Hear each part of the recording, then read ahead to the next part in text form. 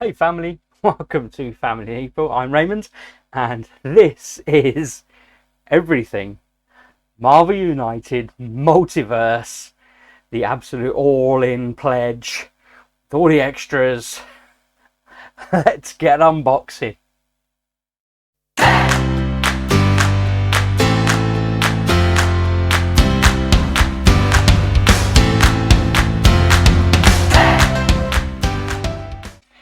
Hey family, welcome to Family People. I'm Raymond, and this is the big final box for Marvel United Season 3 Multiverse, and this is the Stretch Goals box. So let's come down to the table and have a look and see what we have. First of all, of course, glorious artwork all around the box. So depending on, are you going to be stacking it this particular way, as this is horizontally, or are you more likely to stack it vertically on your shelf? Either way, they have catered for you with this glorious artwork. Love Ghost Rider on his bike, looking cool. This is the front artwork, and you get a sneaky peek at a glimpse of all the many heroes and villains we are about to encounter as we open up this Pandora's box of treasures. And there they all are as a snapshot. Let's have a look. We have 31 heroes, 9 anti-heroes, and 23 villains in this box, including a couple of ginormous miniatures. Of course, you have the relevant villain dashboard. So interesting, 23. Yes, so okay, 23 villain pieces, 9 anti-heroes. I'm guessing this is the purples, but only 28 villain dashboards. Interesting to see how that works out. Okay, this is of course an expansion to the main Marvel United core box and all the many extras that we have encountered upon this journey thus far. Let's, without further ado, start to dig in. So of course there is no story involved here other than these are many of the characters encountered across the multiverse in the Marvel universe in all of its guises. Some of these were of course stretch goals effectively for specific expansion sets. Some of these were stretch goals as part of just the general backing. But let us have a look and dig in. Okay. Let's have a quick sneaky peek at the components then. So, components list, 480 hero cards. That's a good couple of movies worth of viewing and sleeving there. 58 team cards. Okay, so we've got some more team decks. Midnight Suns, love it. So as well as of course we opened up the team decks for the core retail boxes and the team decks for the stretch goals, we have additional team boxes in here as well, so that's fantastic. 323 master plan cards. Oh, this is more than an evening's entertainment to sit through these. Okay, we've got the dashboards, lots of new tokens. Aha, crowbar. For the Wrecking Crew, I saw the plastic crowbar icon. I was like, I don't remember seeing that in any of the content I've opened thus far. There you go, it's in here. So, so it goes through how the team decks works and the special rules and clarifications for those. We've got Null and how that works from a heroes sequence. Look at that. Okay, interesting. We've got Dark Avengers. So I'm not quite sure if these are all variations upon the teams. We've got some clarifications on threats as well happening over here, and icons, tokens that we can use for various bits and bobs. So some clarifications on how to rule some of these. Okay, we have the monster aisle. So we'll have a look at this. So I think we did get a sneaky peek of this in the larger, thick cardboard location. So a henchman entering play in this location are 2 extra health. And at the end of your turn, you may deal 1 damage to 1 henchman at any location. You may discard 1 card from your hand to the bottom of your deck to deal them 1 extra damage. So take a hit point of damage yourself. So that is, of course, just considered a part of the multiverse stack of locations. pop that away. We have, what is this? This is drain hole covers. Love it. What is going on here? Got, of course, our KOs and our BAMs. They're very familiar. There's that crowbar for the wrecking crew there. Excellent. Okay, so we'll dig into those, and there was a special for the wrecking crew, so you can actually play them as a conglomerate. Is that an appropriate phrase? I wonder. Special setups, place 4 villains. Okay, in the villain's starting location. It's not going to come through on the green screen, is it? My gosh. Okay. Place a crowbar taken in the same location as Wrecker, and then the 3 regular missions are not used in this game. So we have special rules, a special overflow, and you would play against all 4 at the same time. Very nice, very different. Like it. They've all got their appropriate life amounts and BAM effects. And a villainous plot chat, the heroes lose. You get to 10 on the loot track. That is what they are trying to do among Wrecker, Bulldozer, Pile Driver, and Thunderball. So those are the heroes we'll see in there. And as I've mentioned in some of these other videos, this is the first time I have kickstarted anything with Marvel United. It was in fact season 3, the Multiverse, that really inspired me to get into Marvel United. And yeah, so this is the first one I am getting to unbox brand new. So this will of course be all of the wonderful, glorious miniatures. So I'll put those to the side, and then we have lots and lots of cardage. So let's have a look. We have some items and equipment. We have a whole big stack of cards and another huge stack of cards. We have a huge list of villains that we're fighting off against. Another huge stack of cards. And a huge stack of cards, and a huge stack of cards. Oh my gosh. And then there's some more equipment cards in there as well. Okay, I think that is everything.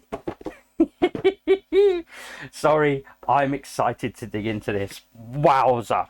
Okay, I'm not entirely sure the best order to try and go through this stuff. Obviously, we're doing the expansions. It's quite easy to go through, show you the cards, show you the miniature pertaining to that card, read you a bit of background. I don't have the background for all of these characters, so a lot of these characters I'm not going to be familiar with. And one of the things I do particularly struggle with, unfortunately, with the Marvel United stuff, particularly with the characters that I'm not particularly au fait with.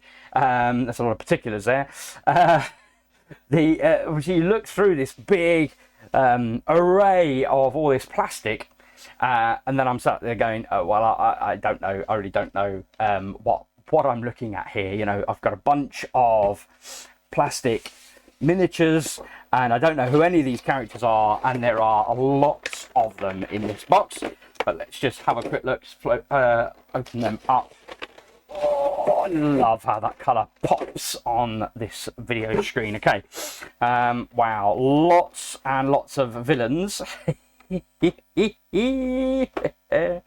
Oh, so good. So good. Okay, lots of villains, and then of course we have our purple anti-heroes. You can play them as good guys or bad guys, and then finally we have our heroes that are giants. Love it. Okay. Okay, let's see. Should we try and see if we can work out what these dudes are? I've got no idea. Okay, let's start off with opening up the villains, shall we? And see where we get to. Let's just go for it. Okay. See, one of the amusing things as well I notice is all of the miniatures, and I do notice that's consistently across the whole of Marvel United. They all, every single one of them, have a little stamp at the bottom, and in that stamp it gives you some information, and you can't read it, but if I try and catch it in the light, you can see there is some ingraining in there a little bit. There you go. Yeah, so there is text in there, and I just think, why wouldn't you just put the name of the character? It says Marvel SM something E3 China, MU183. So this is Marvel United character number 183. Fantastic. I now know that is number 183. I've got no idea when I picked this up what number is this? You know, and even if there was just a basic way of correlating, so it says this is Marvel. Why don't you just say this is Marvel 183, and now I know, that is the miniature I want for this particular villain. I don't know. Wishful thinking on my part, folks. Wishful thinking on my part. Maybe I just like life to be too easy. That's clearly my problem in life. What can I say? So, is this dude? This looks like a good ringer. Let's have a look. I think we concur. This looks like, in the wonders of green screen technology, this looks like this hero here, villain, sorry. So this is, whoops, if I pop him to one side, there we go. Abomination. Of course, we've seen Abomination in the, I was going to say original Hulk movie.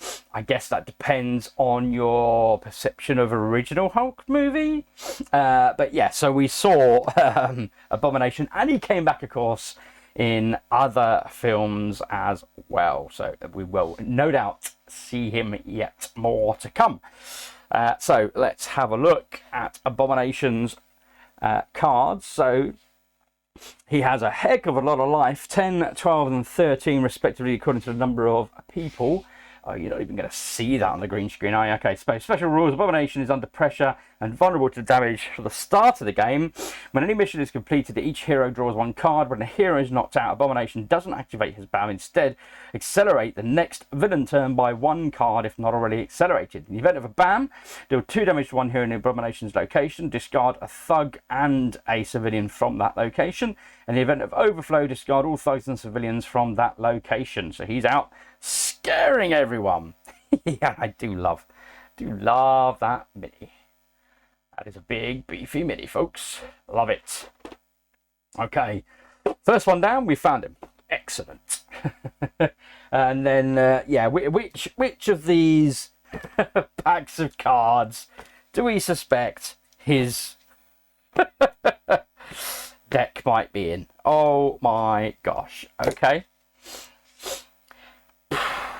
there's a lot of content here, folks. There is a lot of content. Let's have a look. Let's start digging in.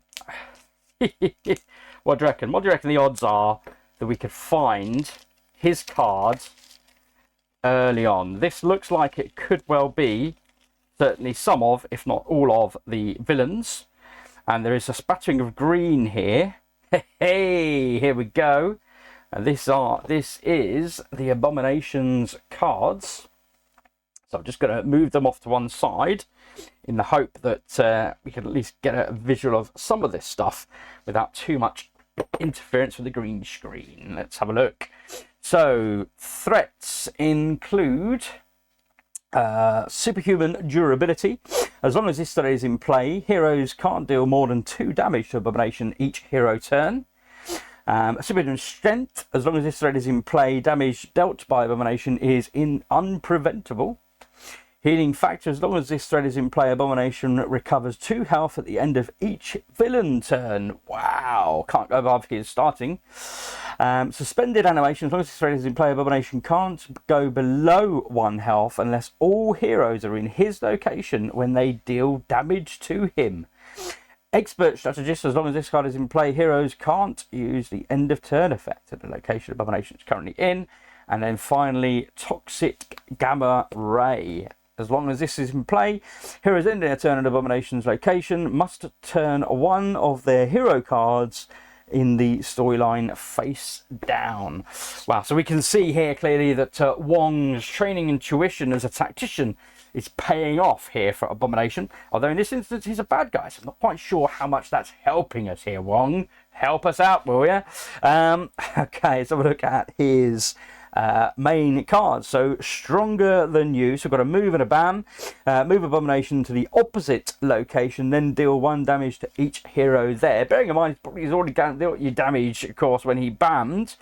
Wow. So we have 4 of those. We then have gamma radiation generation. Bring back 1 random cleared threat into play in the next clockwise location without a threat. Each hero in both locations adjacent to the abomination must turn their latest hero card in the storyline face down. Ooh, that hurts. We have 2 of those, and then superhuman uppercut.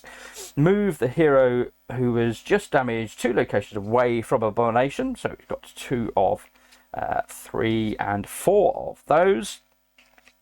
We have finally hiding underwater until the next villain turn. During each hero turn, abomination can't be damaged unless a hero first spends an additional movement action in this in his location. And 2 of those. Wow. Okay, so I'll give you an idea there how abomination plays. Should you choose to go up against him? Who else do we have as a baddie? Absorbing Man. Okay, this guy should be easy to find, please. Surely. Absorbing Man? No. There's no one with kind of very obvious sort of mixed traits, etc. But I have found him. So this is the miniature for Absorbing Man. Excellent. Do like that. Very good. He's got the wrecking ball there and the brick wall behind him, which is he's turning into brick, and the wrecking ball which turns his arm into steel. Excellent. I love all the see the texture coming on his back as well there. That's going to be an absolute delight to paint. So let's have a look. If I put them to the side, we have special setup. So special setup, players may decide to add the special Titania challenge to the game by placing her threat card face down near the play area and reading it. Okay, so life is 5, 6, 7, respective to the number of players. We have special rules. When a hero is knocked out, Absorbing Man doesn't activate his BAM. Instead, he removes the top master plan card from the game. In the event of a BAM, if there is a threat with a when land here symbol in Absorbing Man's location, resolve its BAM effect. If there is no such threat there, deal 1 damage to 1 hero in Absorbing Man's location instead. And in the event of overflow and a token can't be added to that location, bring back 1 random cleared threat into play in the first location without a threat, starting from Absorbing Man's location and going clockwise. If not possible, 1 hero anywhere takes 1 damage. That is how Absorbing Man works. Okay, so we found his his character, and we found his card, and here is his deck. Okay, so his threats include... Excellent. Diamond, when he lands here, Absorbing Man's BAM is deal 2 damage to each hero in this location. While there, Absorbing Man can't be damaged. So we have Stone, when he lands here, BAM is deal 1 damage to each hero in this location. While here, Absorbing Man ignores the first damage he would take until the next villain turn. We have Glass. When he lands here, his BAM is accelerate the next villain turn by 1. And while here, once per superhero turn, he takes 1 additional damage if he is damaged. Okay. We have Water. His BAM is to remove the top master plan card from the game, and whilst he is here, heroes must first forfeit an extra move in this location before damaging him. We have Steel, where his BAM means deal 2 damage to 1 hero in this location, and whilst here he ignores 1 damage each hero and villain turn.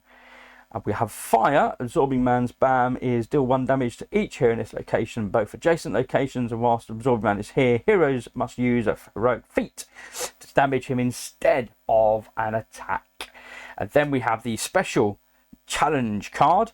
The BAM for Titania is to deal 2 damage to 1 hero in this location, 1 damage to each hero in an adjacent location, and when this threat is cleared, remove it from the game. It gives you an idea of what is happening there for Absorbing Man.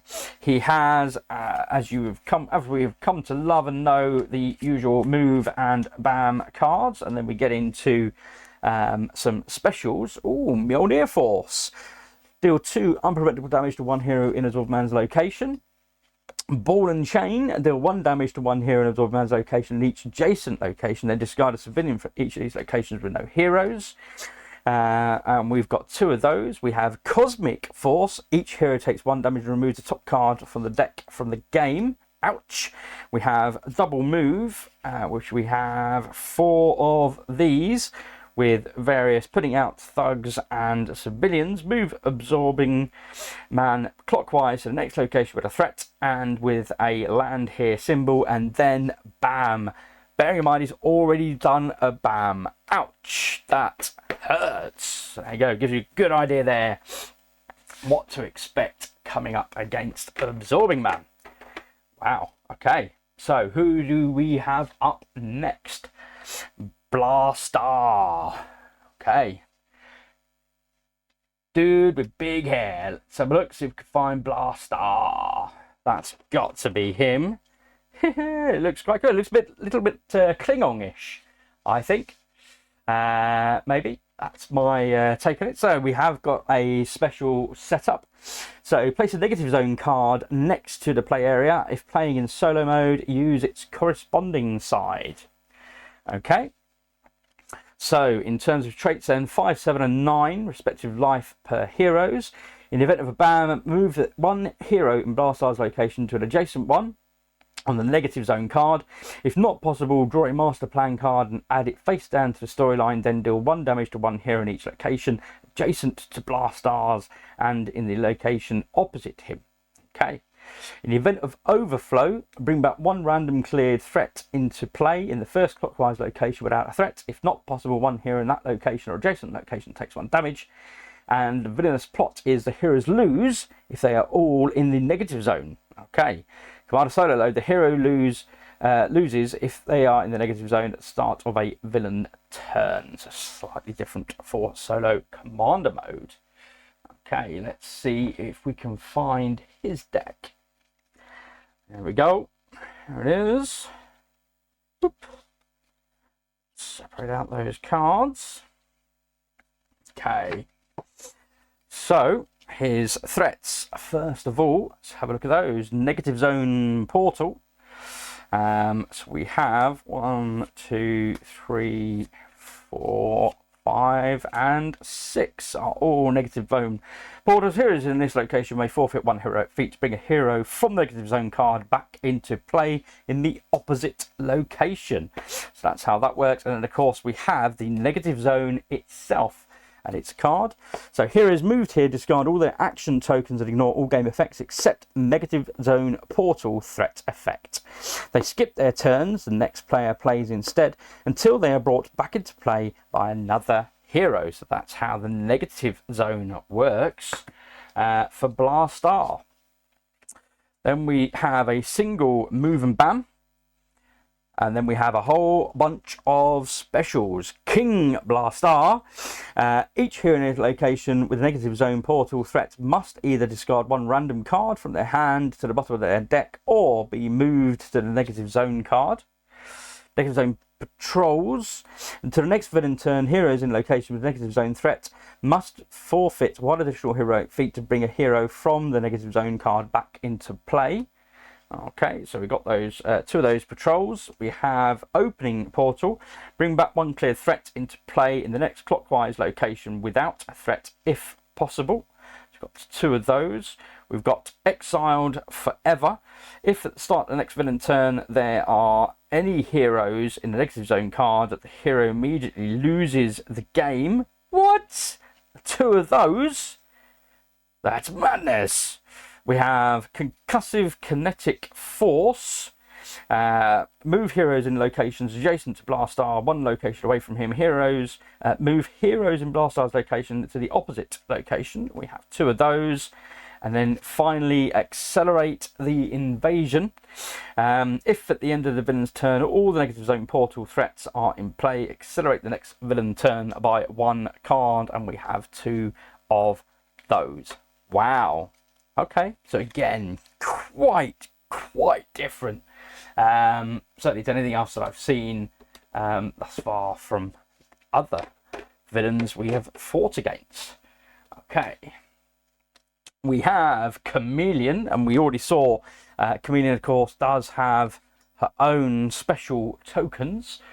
So let's see if we can find Chameleon as a baddie in the box of miniatures.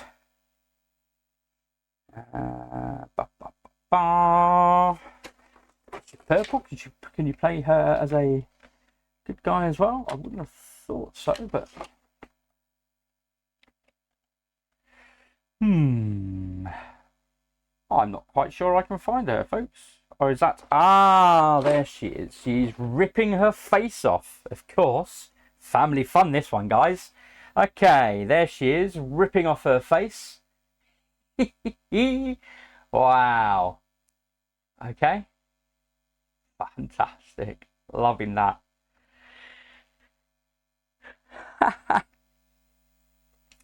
Okay, so just got to pop her aside there. Okay, so special setup. Keep the 8 Find the Chameleon tokens aside, face down within reach of the players. Alternatively, place them in a bag. Okay, so she has 4 life, irrelevant to the number of players. The special rules are: once 2 missions have been completed where the hero is trying to damage Chameleon, first shuffle all the Find the Chameleon tokens, then reveal 1 token plus 1 for each empty civilian thug slot in Chameleon's location. If one of the revealed tokens shows Chameleon, he can be damaged for the rest of the turn. Otherwise, he can't be damaged until the end of that turn. Wow, okay. In the event of BAM, if there is at least 1 hero in Chameleon's location, accelerate the next villain turn by 1 card. And for overflow, if tokens can't be added to location, bring back in play 1 random cleared threat in the first clockwise location with no threats. If not possible, draw a master plan card and put it face down into the storyline. Okay, let's see if we can find... And apologies, folks, I did refer to him as a her, and it's actually a him. So there we go. Apologies. Here we go. So, threat cards for Chameleon, Master of Disguise. And I think, okay, so we've got 3 of those. If Chameleon is attacked in this location, reveal 1 fewer Find the Chameleon tokens. When this threat is cleared, remove 1 blank Find the Chameleon token from the pool. And then we have Master Schemer, 3 of those. If the location overflows and there are no heroes here, resolve the overflow effect twice. Okay. So then we have the usual number of, or certainly a number of move and BAM cards. And a move without a BAM.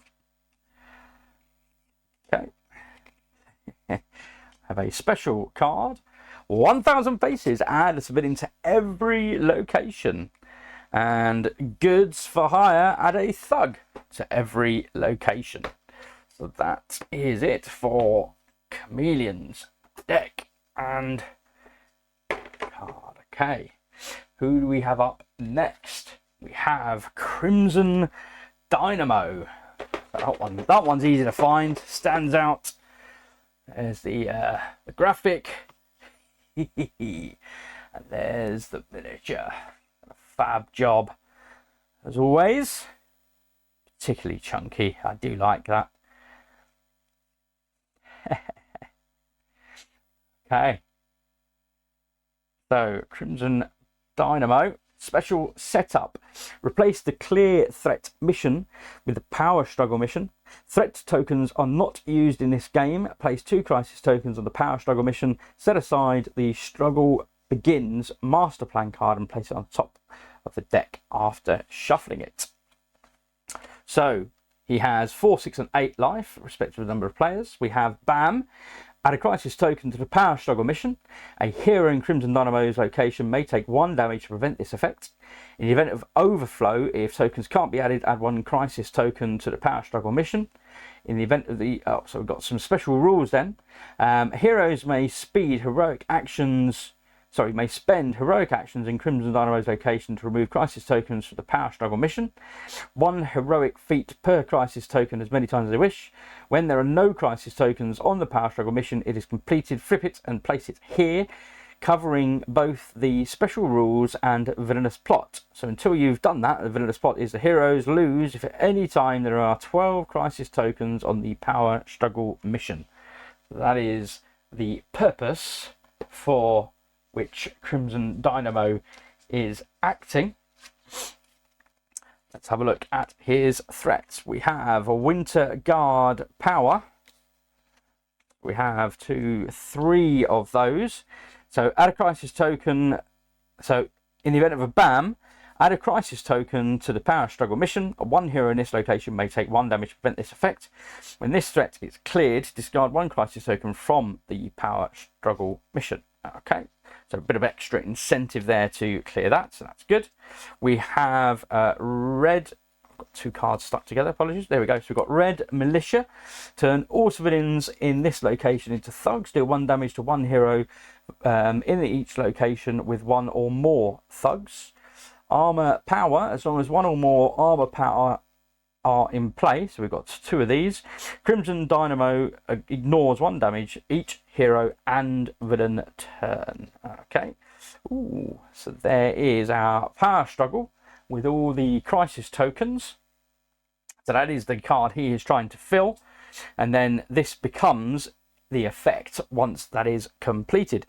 Special rules. So from now on, effects that would add crisis tokens to the power struggle mission, add them to this card instead. At the end of each villain turn, if there are 4 or more crisis tokens on this card, discard them all, then draw a master plan card and place it face down in the storyline. So again, further expediting Crimson Dynamo's ability to win the game. Okay, so let's have a look at his cards. We've got lots of move and bam and put out tokens.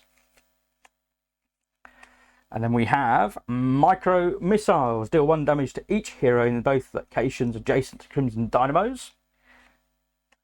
We have electric blasts. Each hero in Crimson Dynamos and both adjacent locations must turn all their equipment face down. If not possible, they take 1 damage instead. 2 of those. And then finally, the struggle begins. Add 1 crisis token to the power struggle mission.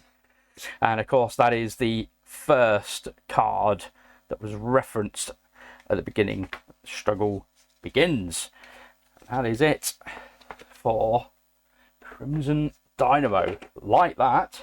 Very different. Okay, we have Crossbones as a villain. He's got to stand out, surely. Where is he? I'll show you his artwork whilst I have a fumble and a look around and see if I can find him. Is that Crossbones? Yeah, it's Crossbones there. Okay, so no special setup rules. It's good. So there's his figure. I'm fairly sure that we see Crossbones before. Sure we did. Presumably as a good guy rather than a bad guy. Is he ever a good guy? We have 5, 6 and 7 life. We have special rules on this side.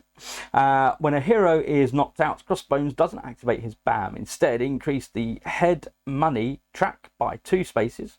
And then knockout hero discards all the crimson tokens. Okay. In the event of a BAM, give 1 crisis token to 1 hero in Crossbones and each adjacent location. Then discard 1 civilian from each of these locations, if any. And then in the event of overflow, increase the head money track by 1. For each thug token that can't be added to a location, bring back 1 random cleared threat into play in the first clockwise location without a threat if possible. And then of course we have the villainous plot head money track. Okay. I struggle with that. Head money. It's like hegemony. Hegemony. Is what it makes me think of when I see it. It's not a common phrase, is it? Head money. Oh, do you know what, folks? I'm not going to find his villain cards in here. We seem to have switched now into hero cards. Interesting. I tell you what, I'm going to pause the video and I'll have a look and see if I can find his cards, and I'll be right back. Okay, so what I have noticed as well as I've gone through and opened up some of these cards, that there's definitely quite a number of them seem to be conglomerate that the right word? Concatenated. We've got a number of villains working together. So I'm not quite sure how that will pan out, but we'll have a look and see shortly. So head money. Each time a civilian is discarded from this location, increase the head money track by 1. So we have 3, 4, 5, 6 of those. Wow. So yeah. So if it's when those civilians get discarded, you got to watch out, guys. Okay. Then we have lots of specials. So he'll move and bam, and then throwing knives. Each hero in crossbones and both adjacent locations must discard 1 card with a movement at the bottom if possible. So we've got 2 of those. Stiletto blade gauntlets. Each hero in crossbones location must discard a card with a heroic feat if possible. We've got 2 of those. Similar with the elite sniper, but look for the wild tokens if possible. 2 of those. And crossbow master, discard 2 cards. Wow. Each hero with any crisis tokens must discard 2 cards with a attack if possible. So 2 of those. You can't protect everybody. Add as many civilians to crossbows location equal to the number of heroes in play. 2 of those. And then finally master assassin. 2 of these. Discardable civilians from crossbows location. 2 of those. Okay. So that's it, folks, for Crossbones and his means of play. Okay, so who do we have next? Over here. I'm looking around, so I'm like, where am I? Where am I looking for? Okay, we have Dakin. So unmistakable hair. Let's see if we can find him in the box. Everyone looks like they're in fantastic condition. I have to say, I've seen quite a number of reports on occasions of people that have unfortunately received broken miniatures in some way, shape or form, but I am not seeing this dude. Is he one of our Perkles? Oh, I think he is. Here we go. He is our first anti-villain. There he is. So here's special setup then. Try and get it all on board. Okay, so special setup. Set aside the Healing Factor Master Plan card and place it on top of the deck after shuffling it. Shuffle Dakin's hero deck and keep it face down to the side. Okay. Assign the Hunted token to the hero with the most attacks at the bottom of the cards in their hero deck. Okay, in case of a tie, heroes choose. They are the Hunted heroes. You're going to have to go through your hero deck and assess who is the most attacking perhaps.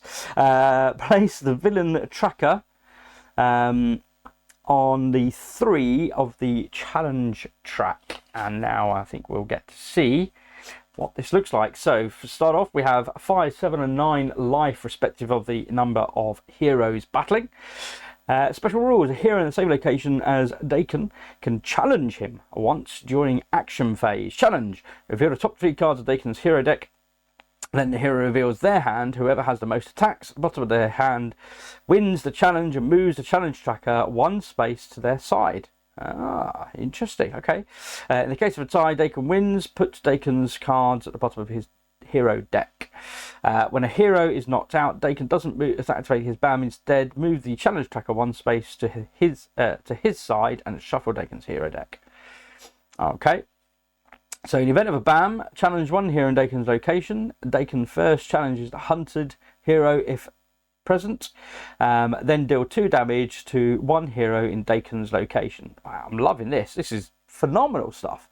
So if a token can't be added, bring back 1 random cleared threat into play in first clockwise location without a threat if possible. And his villainous plot track. So if the tracker reaches the leftmost space, the heroes lose. This is Draken's side. It's the hero side, and it's obviously where we are trying to. This is where it starts. I'm trying to avoid it going all down to 0, otherwise he wins. So that's how Draken works. Liking that. Very different. Let me see. Oop. I can find his deck. Here we go. So he has Master Traction Threat. Master Tactician, 3 of those. If involved in a challenge while in this location, Dakin reveals 1 extra card from the top of his hero deck. Oof. Okay, and then Burning the World, 3 of those. When he lands here, deal 1 damage to a hero in this and each adjacent location. Wow. Okay, potentially in addition to a BAM. So that's what those are looking like. So let's have a look. We've got Move and BAM, and of course he's hunting for that hunted hero. That's his obviously primary target where he's moving to. So Master Manipulator. In each location with more than 1 hero, each hero there must reveal 1 random card from their hand and deal damage to another hero in their location equal to the number of attacks at the bottom of that card. Wow, okay.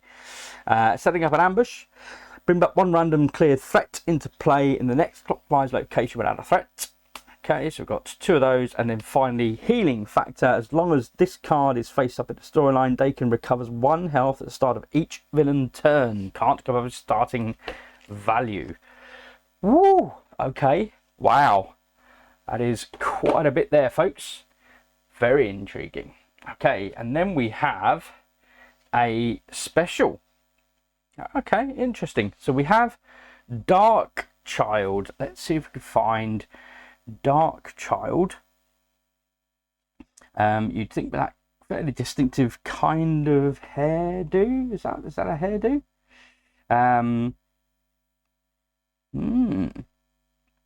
Not sure if I'm seeing her, if I'm honest.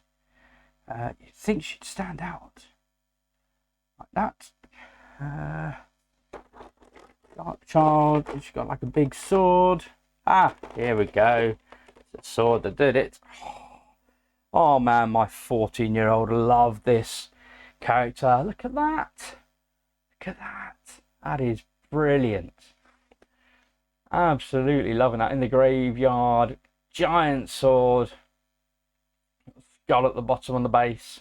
That is fantastic. Oh, I might be able to get the girls involved yet. Okay, let's have a look then. So, that's what happened. I had 2 cards stuck together. That was a bit weird. Okay, so Dark Child has a special setup rule. Keep the Limbo card face up next to the villain's starting location. Remove 1 random master card, plan card from Dark Child's deck. Heroes can choose the Limbo location as Dark Child's starting location. If they do, remove 1 additional random master plan card from her deck. Okay, so she begins with 5, 7, and 8 life, respectively to the number of heroes.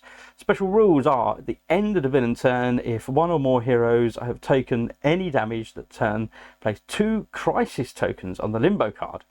When a hero is knocked out, Dark Child doesn't activate BAM. Instead, move that hero to the Limbo card. A hero can spend any 2 actions whilst on a Limbo card to remove 1 crisis token there. Okay, in the event of BAM, deal 1 damage to each hero in Dark Child's location. If you can't place, in the event of overflow, if you can't place a token, add a crisis token to the Limbo card. And villainous plot, the heroes lose if they ever want 12 or more crisis tokens on the Limbo card. So that is her villainous plot. Let's see if we can find her deck. There we go. I have found them. Just finding all of them now. Of course, all the cards being brand new, they can get a bit stuck together. Okay. So we have threats. Limbo Demons. Okay, so we have 3 and 4, 5 and 6 of those. In the event of a BAM, deal 2 damage on the heroes in this location. We have, of course, the Limbo card itself, which we heard referenced multiple times. Heroes starting their location, their turn here, discard all their action tokens. Whilst here, when they move, they can move to any location. This is not a location. Heroes ending their turn here take 1 unpreventable damage, except Magic and Dark Child. Okay, those are the threat cards. Let's have a look at her main card. So she will move clockwise to the next location with any heroes. So she's hunting down the heroes. Lots of move and bam. We have soul harvesting. As long as this card is face up at the storyline, if a hero ends their turn on the limbo card, add a crisis token there. We have 2 of those. We have no snowflakes in hell. Add a crisis token to the limbo card for each hero there. 2 of those. And then finally at sword point, deal 2 unpreventable damage to the hero in Dark Child's location with the most cards in hand, and 2 of those. So there we go. So that is Dark Child, everything she is bringing to the fray.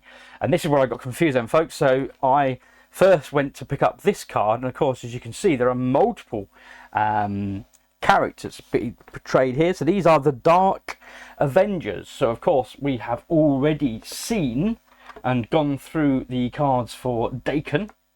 It looks like we possibly have cards for the others too.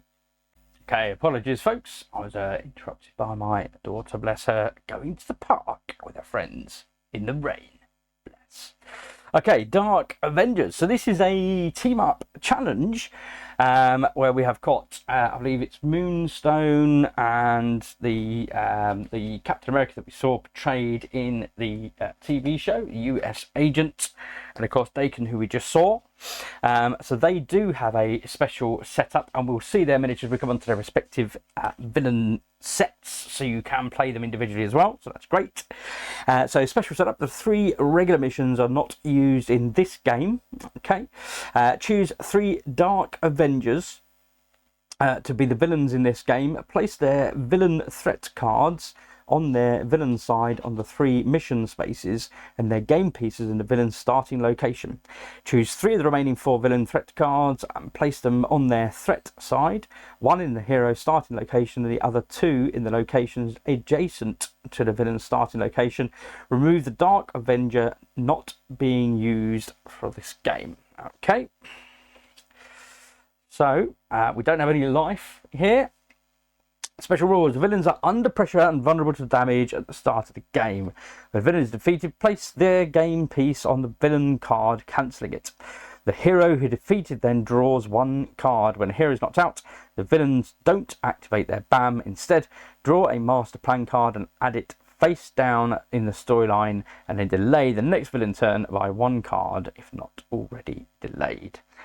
In the event of a BAM, resolve villain's BAM, starting with a villain on the left mission slot, then central, then right, then all henchmen in play activate their BAM, starting with henchman at the lowest number and proceeding in ascending order.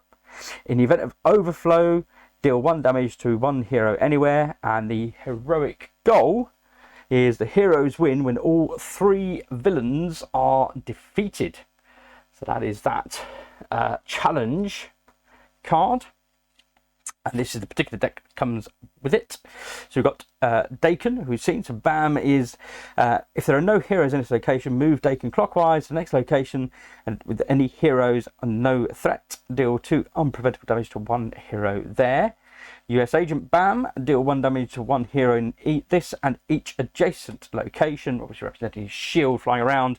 And then Moonstone BAM, deal 1 damage to each hero in both adjacent locations and move them 1 location away from this location. Moonstone can't be damaged or defeated unless she is the only henchman in play.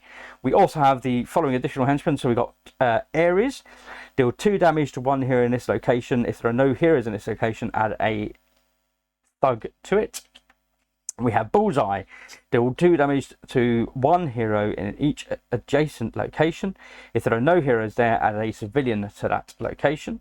We've got Iron Patriot, deal 1 damage to 1 hero in each adjacent location. Iron Patriot can't be damaged if there are any villains in this location. And then finally Sentry, deal 2 damage to each hero in this location. Then if there are no heroes here, move Sentry clockwise to the next location without a threat. Well, that's interesting. So it says 2 damage to each hero in this location, and then if there are no heroes here, so I'm wondering if they get knocked out, does that mean there are no heroes there?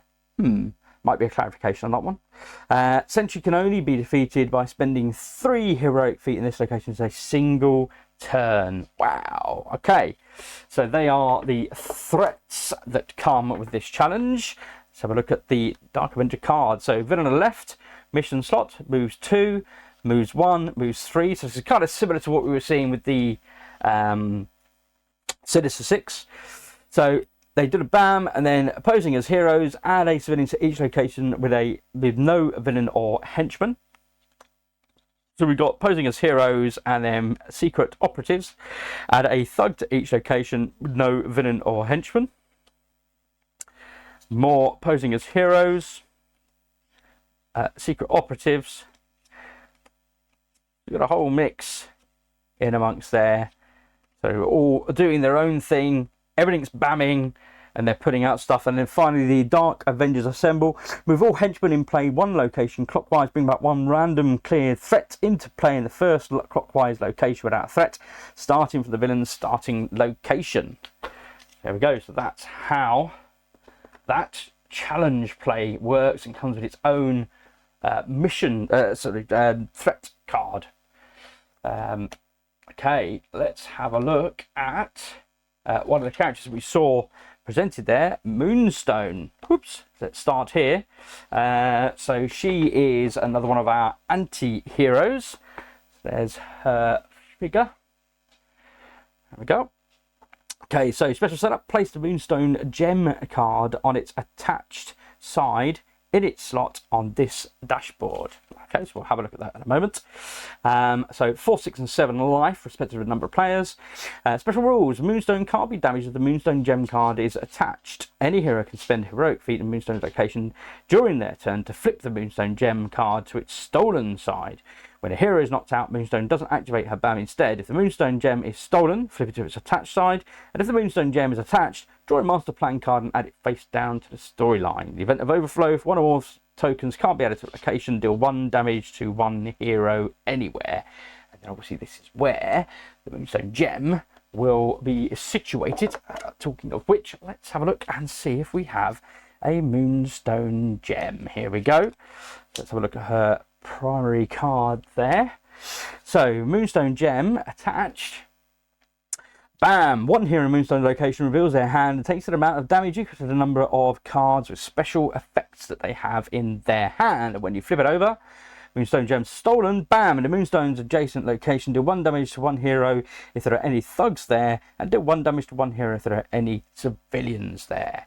Wow, okay, so that's how the Moonstone gem works. Let's have a look at her primary threats. We have Bullseye again.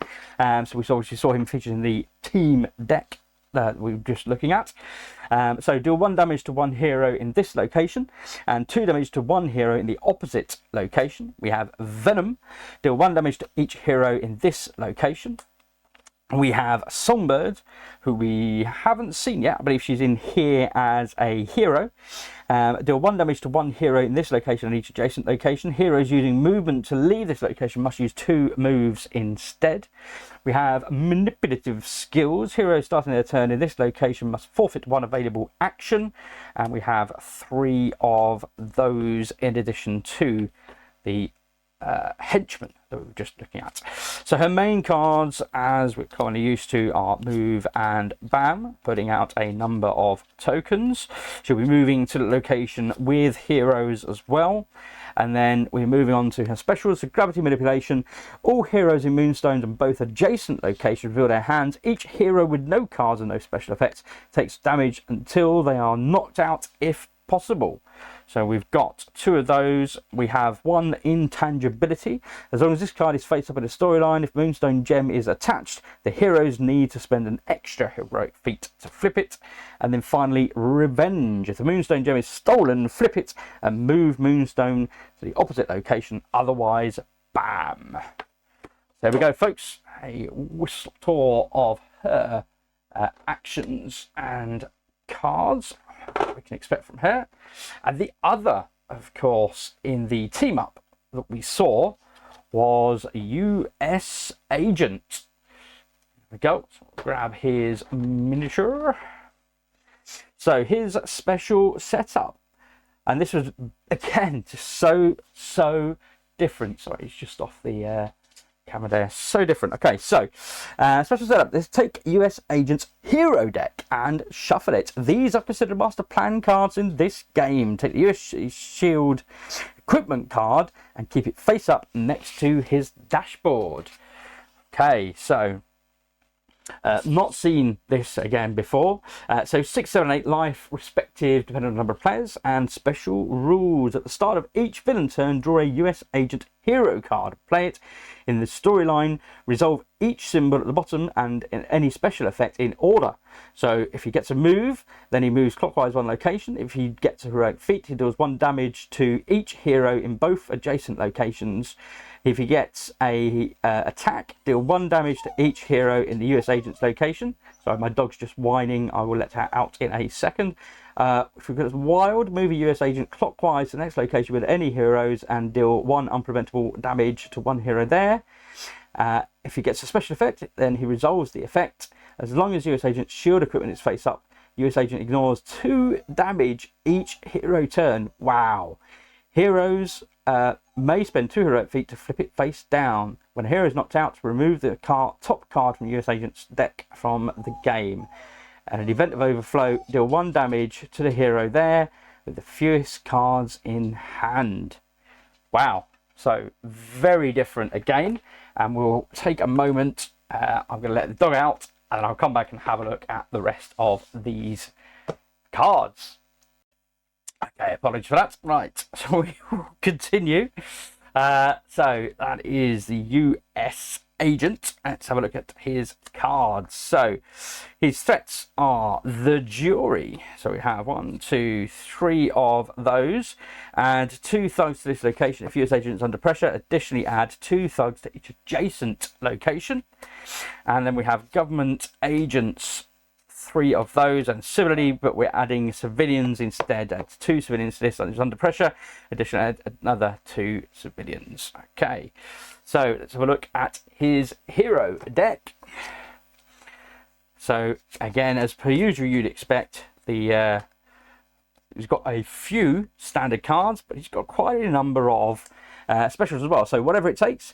To the beginning of your next turn, if you may redirect the first damage you would take to the rightmost civilian or thug in your location, discarding it. So this applies whether he's the hero or the bad guy.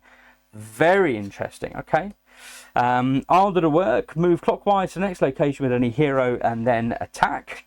Okay, and we have 2 of the shield blow, attack and then recharge your US shield equipment.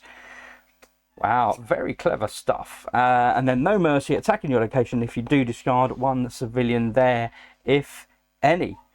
Okay, so those are what we will see with the US Agent. So again, it's a very different indeed. Moving on, we have Gore. Whoops. Which I was a bit confused, to be honest, when I first saw this guy. So I was thinking, I'm sure that's one of Thanos' children. I'm sure it's certainly got a feel to him when you see him there. And I'm just trying to find his miniature. I'm guessing he's definitely going to be an outright villain rather than one of our anti-hero purples. He's got quite a distinctive weapon. I'm trying to find that flipping weapon. Ah, here he is. He's a big dude at the bottom. Here we go. Okay. Wow, look at that. Just cloaks flying everywhere. Fantastic. That is superb. Love that. Okay, so let's have a look at his gubbins. Special setup. Set aside the Invasion Begins Master Plan card and place it on top of his deck after shuffling it. He begins with 4, 5, and 6 life respective, depending on the number of players or heroes. Special rules. When a hero is knocked out, Gore doesn't activate his BAM. Instead, he gains 2 health, but can't go above his starting value. Sorry, can go above his starting value. Okay. And that hero is removed from the game.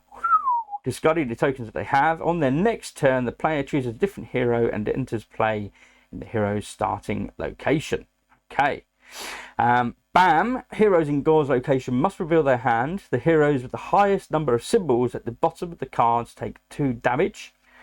Okay. In the event of overflow, then deal 1 damage to 1 hero anywhere, and the villainous plot is they lose when 4 or more heroes have been removed from the game. So irrespective of the number of players, it is a fixed 4 or more characters, heroes being removed from the game. So let's have a look at his cards. So we have some henchmen. So we have Black Berserker. Bam, deal 2 damage to each hero in this location. Each hero here can reveal 1 card from their hand to prevent 1 damage for each attack at the bottom of their card. And we have 3, 4, 5 and 6 of those. So they are the threats that you will be encountering when going up against Gaul. And his main cards then consist of your typical move and put out tokens with the BAM. We have the Necro Sword. Ah, okay. Now I know who this is. So heroes damaged by gore during his villain turn treats their special effects as blank until the start of the next villain turn. Okay. Okay, and we've seen the Necro Sword before. So then we have Berserker's Invasion. All threats in play move clockwise 1 location and activate their BAM. Then bring back 1 cleared threat into play at the first clockwise location without a threat. We've got 2 of those, and then this has got the starting card that always goes on top once you've shuffled. Invasion begins. Each henchman activates their BAM. Wow, so straight off the bat, he is absolutely gunning for you. Okay, so that is it for Gore. We have Cabal. Wow, okay, that's an impressive figure. I'm guessing that surely this guy has got to be a hero as well as a villain. Surely. But maybe not. Let me see if I can find a suitable miniature. I'm not seeing it in the anti heroes. He's got a definitive pose, so no, he is a bad guy. Is this Iron Man gone rogue? But look at this. Okay, Iron Patriot or Patriot. Special setup. Choose 1 Cabal member to be the villain and place their villain threat card on the indicated space on the flip side of this dashboard. Villain side up. Okay, no threat is placed in villain's starting location. Place the remaining 5 villain threat cards threat side up in the other locations. What? Okay, so his life is 5 consistently throughout. Special rules: when a hero is knocked out, the villain doesn't activate a BAM. Instead, add 1 crisis token to this dashboard. In the event of overflow, add a crisis token to this dashboard. Villainous plot: the heroes lose if at any moment either the villain or any henchman has 5 or more crisis tokens. Okay, very different. Let's have a look at the cards that we have then. So we have Emma Frost. BAM, if there is at least 1 location with more than 1 hero, add a crisis token to this card. Otherwise, turn the earliest face-up hero card in the storyline face down. Namor, if there are at least 2 civilians in this or adjacent locations, add a crisis token to this card. Otherwise, add 1 civilian to this location. Dr. Doom, if there are at least 2 thugs in this or adjacent locations, add a crisis token to this card. Otherwise, 1 thug to this location. We have Loki. If there is at least 1 hero in this or adjacent location, add a crisis token to this card. Otherwise, deal 1 damage to 1 hero in the opposite location. Taskmaster, if there are at least 1 more symbol at the bottom of the latest 3 hero cards of the storyline, add a crisis token to this card. Otherwise, deal 1 damage to 1 hero in this location. And Iron Patriot himself, deal 1 damage to each hero in both adjacent locations. If this dealt at least 1 damage, add 1 crisis token to this card. Okay, let's have a look at his main cards then. So we have a usual tranche of move and BAM and put out tokens. I mean, these BAMs are going to be pretty flipping nasty on the basis that you've got every card out there doing a BAM effect. So, Cabal's Secret Deals.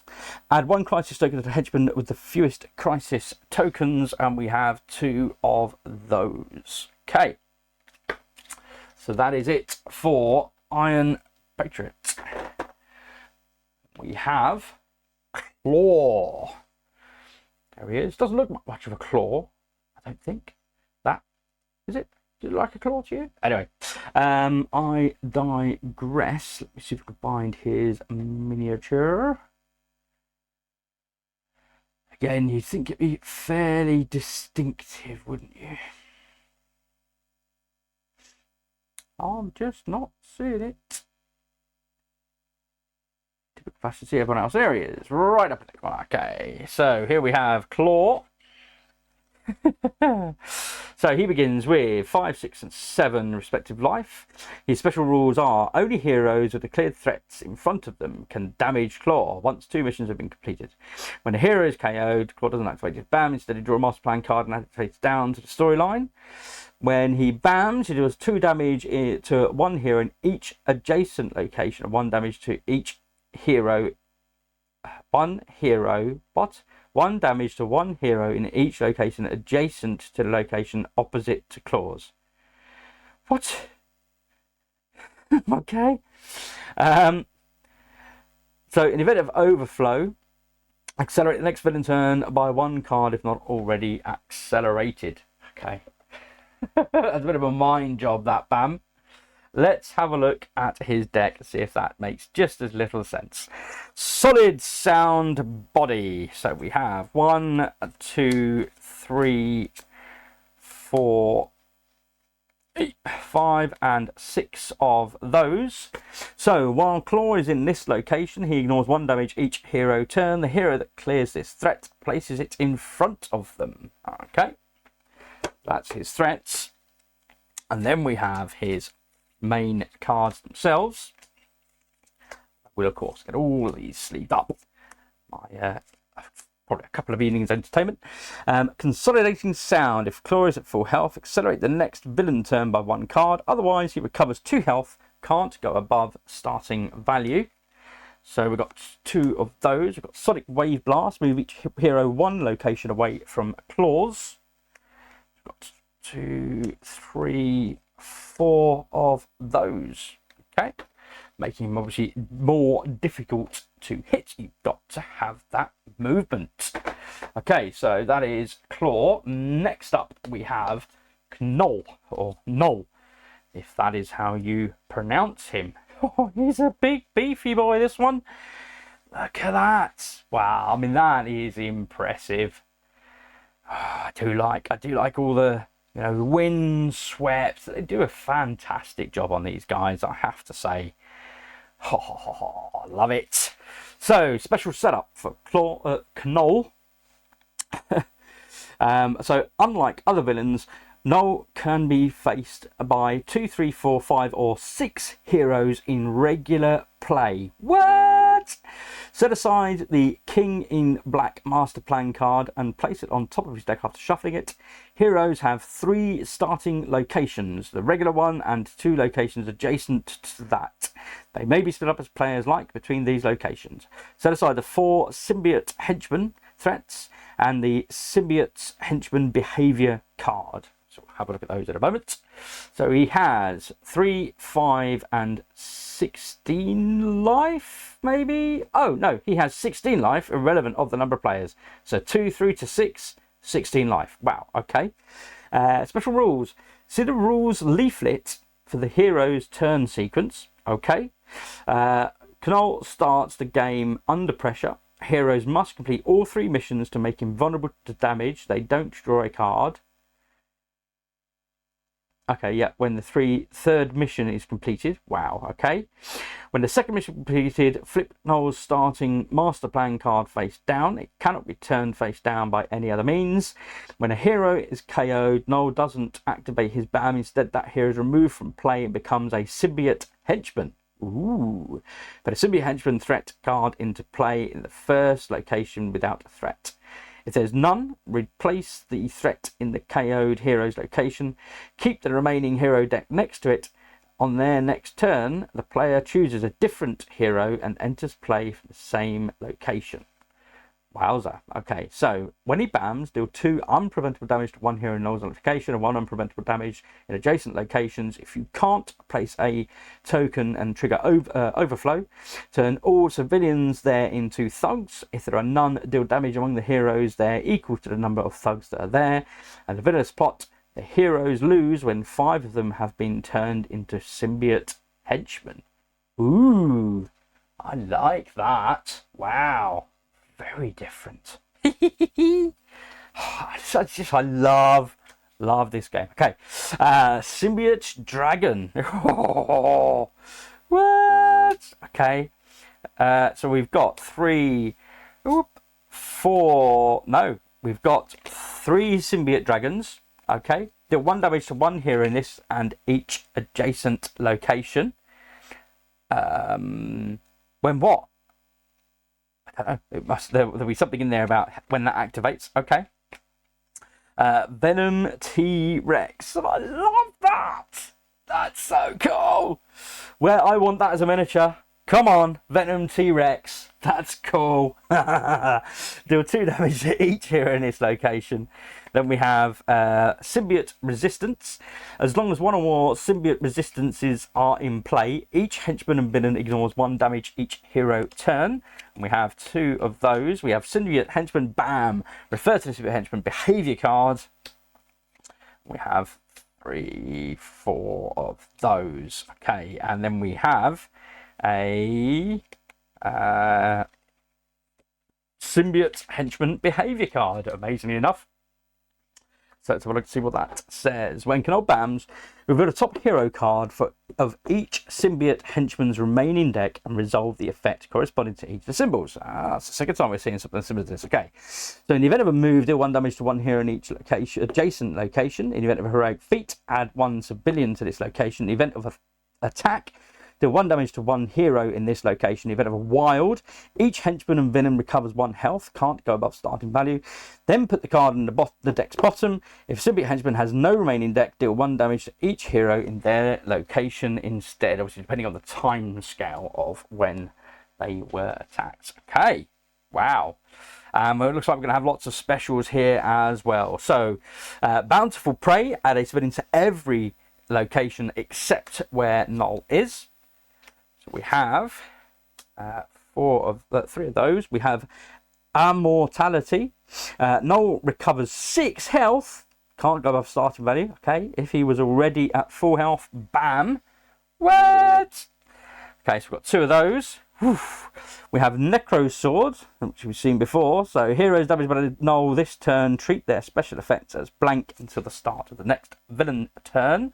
So we've got 2, 3 of those. We have a Dragon Invasion. If no hero has been KO'd this turn, bring back 1 cleared symbiote dragon threat into play in the next clockwise location without a threat if possible. So we've got 3 of those. And then finally the starting master plan card for Null, King in Black. Add 1 threat to every location as long as this card is faced with a storyline. If Null ends his movement in a location with no heroes, move him clockwise to the next location with any heroes. He is hunting you, folks. You are not getting away in a hurry. Okay, let's have a look at Lizard. That is who we have up next. Find him. Wow, and that's another suitably impressive miniature. Do like that. He's got tiny feet. Pushed up on his tail. I love that. These guys just doing such incredible work with their sculpts. Absolutely loving it. As always, thank you, CMON and crew. Okay, so special setup. Replace the 3 clear threats mission with the Find the Cure mission. Place 1 sewer token. We saw those at the beginning. Okay. Between each location, Lizard starts on the first sewer token, going clockwise from the villain's starting location. Keep the threat tokens in a side pool. So let's have a look. So we've got no life tokens. Oh my gosh, we've got lots of green screen. Apologies. Okay, I'll just bring it over here. So special rules. Heroes cannot damage Lizard. When moving Lizard, ignore locations. He only moves on the sewer tokens. Lizard adds a token either a civilian or a thug to locations adjacent to his sewer token to place a threat token on the Find the Cure mission. Heroes must spend 2 heroic feats at a location with no thugs. When a hero is KO'd, Lizard doesn't activate his BAM. Instead, he draws a master plan card and acts his storyline face down. Okay, when he BAMs, deal... I can bring this back over here now. So when, at least for this bit, when he BAMs, deal 1 damage to 1 hero in each location adjacent to the sewer token where the Lizard is. In the event of overflow, draw a master plan card, add it face down to the storyline. And then finally, the heroic goal, you're not going to be able to make out. Heroic goal: the heroes win if all 3 missions have been completed and there are heroes in both locations adjacent to the sewer token where Lizard is. So you're trying to entrap him. Commander solo load: the hero wins if all 3 missions cards have been completed and they are in a location adjacent to Lizard's sewer token. So obviously you can't, if you've only got 1 hero on the board, you cannot surround him. Okay, let's have a look and see if we can find... Oops, his deck. And apologies, guys, obviously this is all going to be very green, so be prepared. Okay, danger, alligators, bam. Let's have a look. So deal damage among the heroes in this location equal to the number of thugs that are here.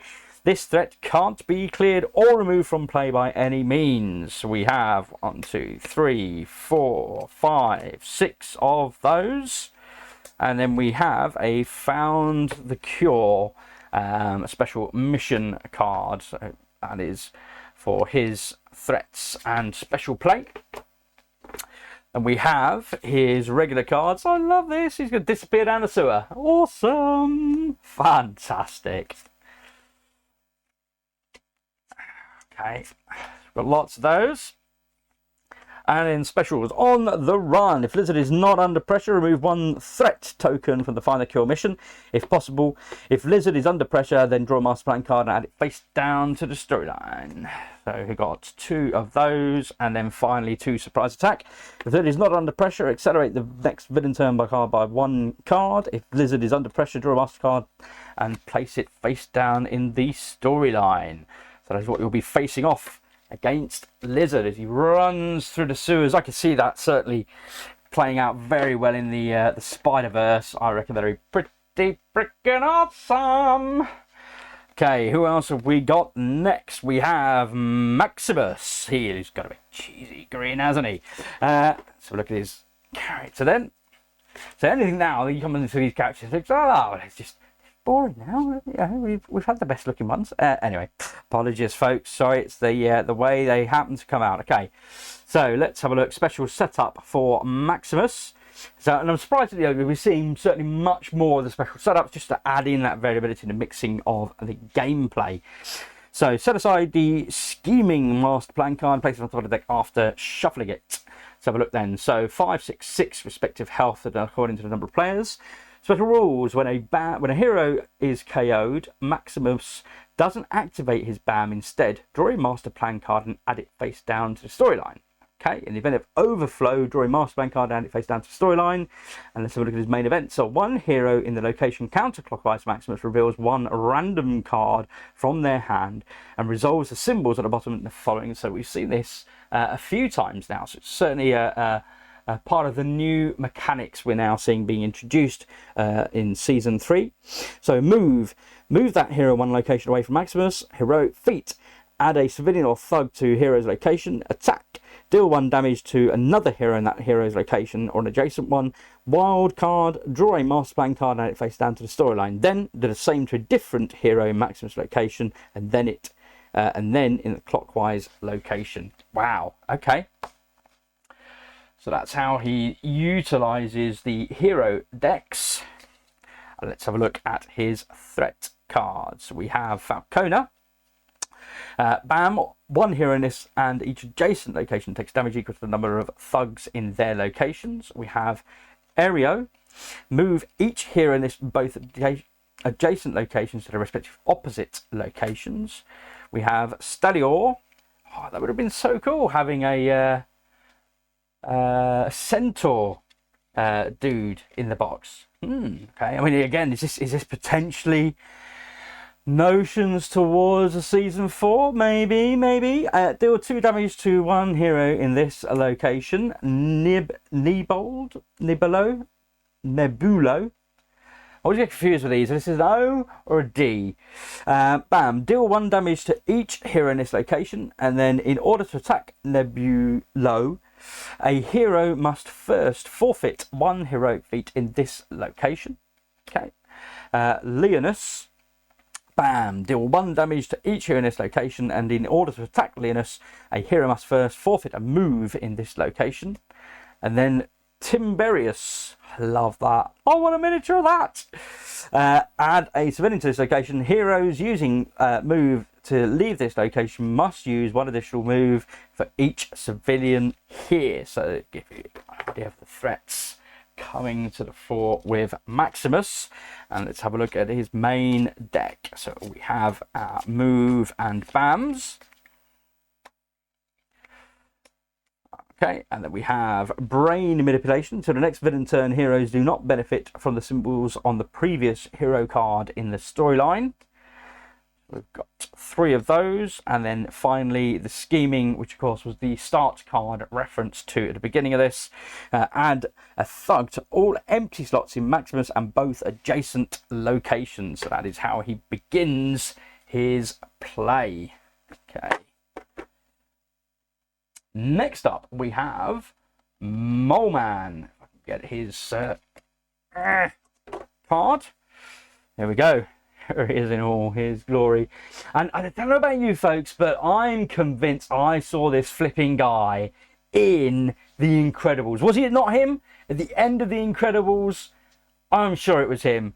It looks like him. I'm fairly convinced. Anyway, Mole Man, let's have a look. And of course, it's all going to be green again. Apologies. But let's find his hero, which isn't green. It's a nice glorious red. So at least we get to see that.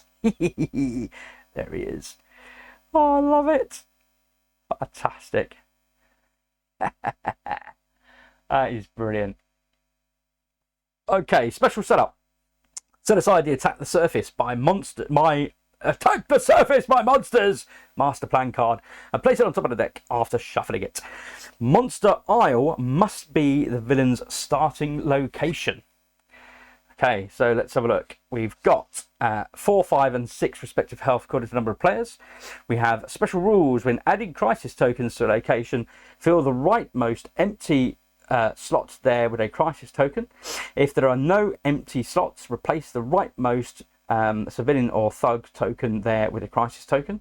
If all the slots in a location are filled with crisis tokens, and the crisis token should be added, it is added to the next clockwise location instead.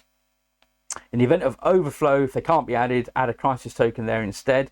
In the event of a BAM, deal 1 damage to one hero in Mole Man's location, then add a crisis token to Mole Man's location. And the villainous plot is that heroes lose if all the slots in 4 or more locations are filled with crisis tokens. So that is absolutely what Mole Man is all about, the crisis.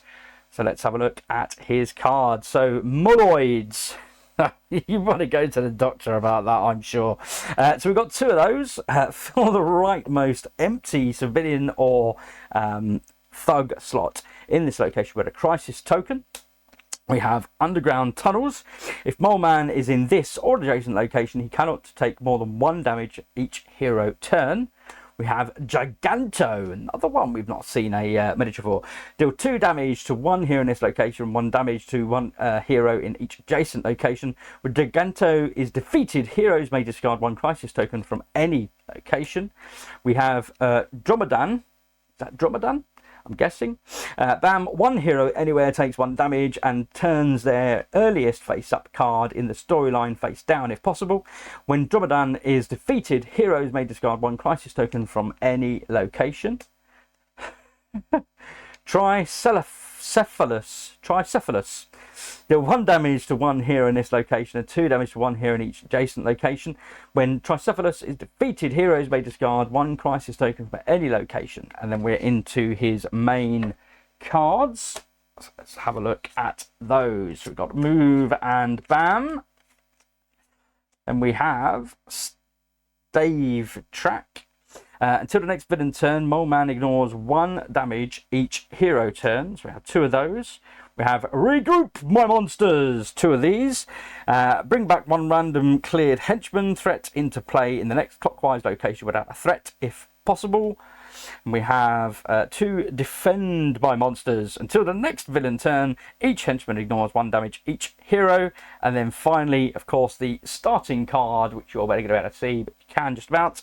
Attack surface my monsters. Each henchman activates their BAM. So that's how you start the game. He doesn't move, but he activates all the henchman's BAMs. Make sure you keep on your toes. So then we have the Red Hulk. Love that. Really looking forward to seeing the Red Hulk on the big screen. Oop, I think I've skipped one. Let me just... there we go. Right, so Red Hulk. So he's, of course, a goodie and a baddie. He is Hulk with a tash. There he is. Lovely anti-hero purple character. Okay, so special setup. Place the Betty Ross token in the hero's starting location. And he has 7, 8, 9 respective health depending on the number of players. We have special rules. At the beginning of each villain turn, move the Betty Ross token clockwise as many locations equal to the number of movement symbols at the bottom of the hero cards in a storyline between the previous villain card and the current one. When a hero is knocked out, Red Hulk doesn't activate his BAM. Instead, increase the revenge track by 1. In the event of a BAM, discard all civilians and thugs from Red Hulk's location, then deal 2 damage to each hero there. If the Betty Ross token is there, deal only 1 damage instead. In the event of overflow, tokens can't be added to a location. Instead, increase the revenge track by 1 and move Betty Ross token clockwise 1 location. So the revenge track vanilla spot, the heroes lose if this reaches 6. Okay, so that is what he's playing for. Revenge. Let's have a look at his threat cards then. So, looking for trouble, we have 2, 3, 4, 5, and 6 of these. If there are no heroes in this location, Red Hulk move clockwise to the next location with any heroes. So that is his threats. And let's have a look at his move and BAMs. And then his specials: absorbing energy. Each hero in Red Hulk's and both adjacent locations must discard 1 card of special effects in their hand, if possible. Red Hulk gains health equal to the number of cards discarded in this way, may go above the starting strength. Got a couple more move and BAMs. We have Red Rage. Accelerate the next villain turn by 1 card. And we have 2 of those. So that is what you can expect to come across with the Red Hulk, who ironically is purple. Let me pause for a moment and grab the next villain. Okay, so as we continue, we have Shocker. And I really enjoyed actually seeing Shocker appear in the, was it Spider-Man 2? I believe it was, when they had those shotguns. Fantastic. Really enjoyed that. Let's have a look at his miniature. There he is. Oops, says off the floor there. There we go. He's got his shock gauntlets.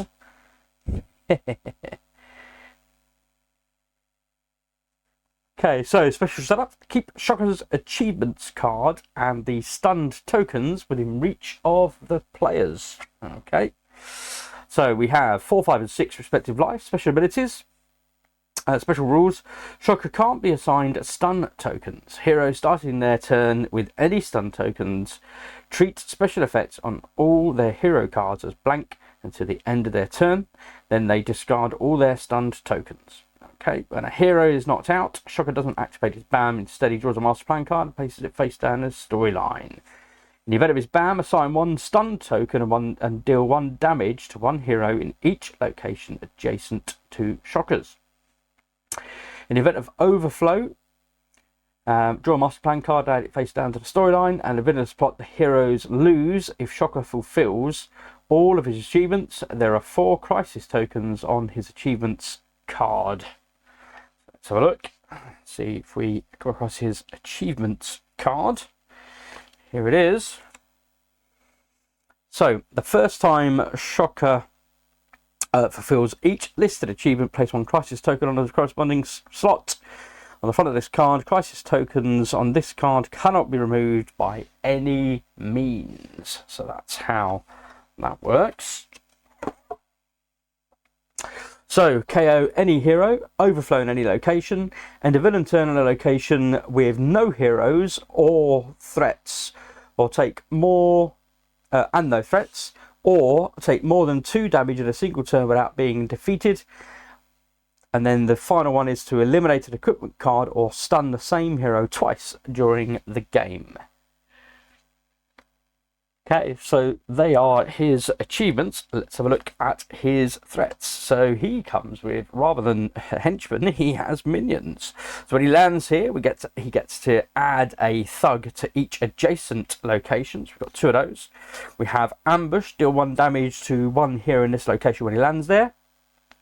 If there are no heroes here, then deal 1 damage to 1 hero in an adjacent location. We've got 2 of those. And then finally we have escape plan. When he lands there until the next villain turn, the first time a hero enters a Shocker's location, each hero turn move Shocker clockwise to the next location with no heroes. Okay, so they are his threats, and let's take a look at his cards. So we have the usual tranche of move, bam, and put out tokens. His specials then are underbase with thief. If heroes in Shocker's location have any equipment cards, remove 1 of these cards from the game. So that's 2 of those. We've got a couple more bam and token cards, and that is it. Okay, so that is what you can expect from Shocker.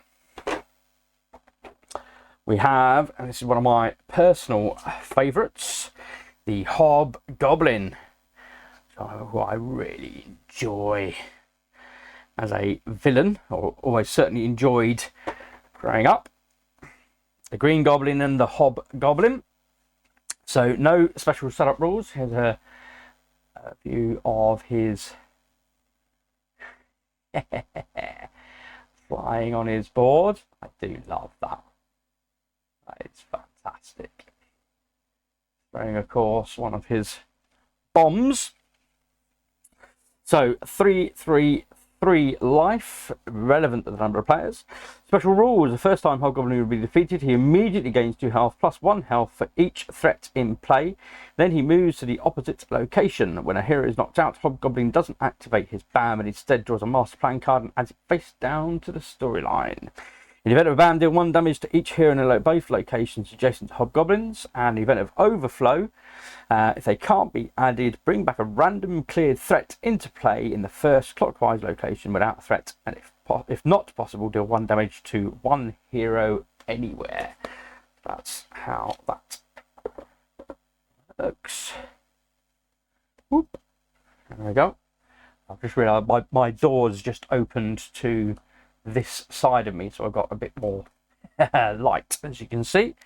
Hopefully not causing too much interference.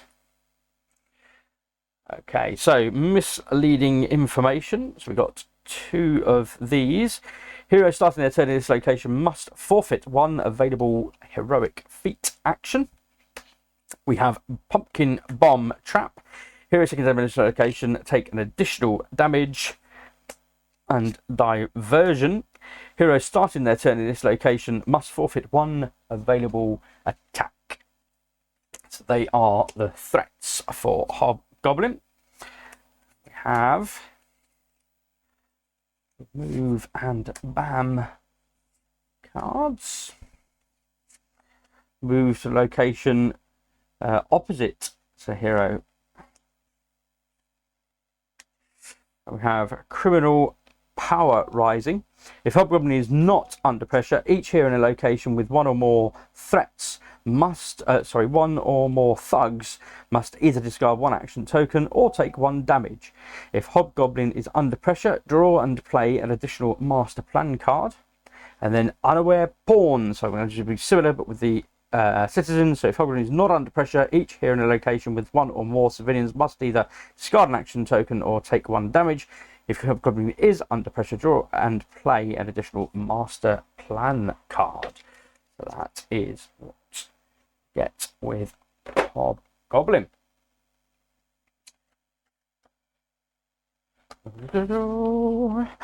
We have Titania, and again another one that we did see on the screen in She-Hulk. I really enjoyed She-Hulk, and I'm hoping for a season 2. I wasn't too bothered by the breaking the fourth wall. However, I did feel the end was a stretch too far, I think, is it's probably the best way to put it for my personal tastes. But I can see what they were doing, and yeah, I appreciate it for that. But the rest of it, I thoroughly enjoyed, so I am hoping for She-Hulk 2.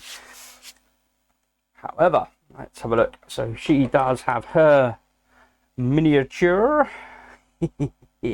I do like that. Whoops. There we go. A great big steel beam. So, special setup. Players may decide to add the special Absorbing Man challenge to the game by placing his threat card face down near the play area and reading it. Okay, so let's have a look at our main card then. 3/4/4 health for the number of heroes.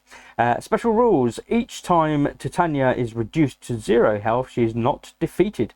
Instead, lay her down and add 1 crisis token to this dashboard. At the start of the next villain or hero turn, Titania is placed back upright and restored to full health. Okay. When a hero is knocked out during a villain turn, Titania doesn't bam and instead adds a knockout token to this dashboard. Okay. When a hero is knocked out during a hero turn, Titania doesn't activate her bam, instead accelerates the next villain turn card by 1. In the event of a bam, 1 hero in Titania's location takes 1 damage, plus damage equal to the number of crisis tokens on this dashboard. If there's overflow, deal 1 damage to 1 hero anywhere, and the villainous plot is or heroic goal. When either Titania or a hero should play a card, but they have none, the usual game loss conditions don't apply. Instead, compare the number of crisis and knockout tokens on this dashboard. If the number of crisis tokens is higher, the heroes win. Otherwise, they lose. Okay, that's an interesting one. Let's have a look at our cards and see how they affect the gameplay.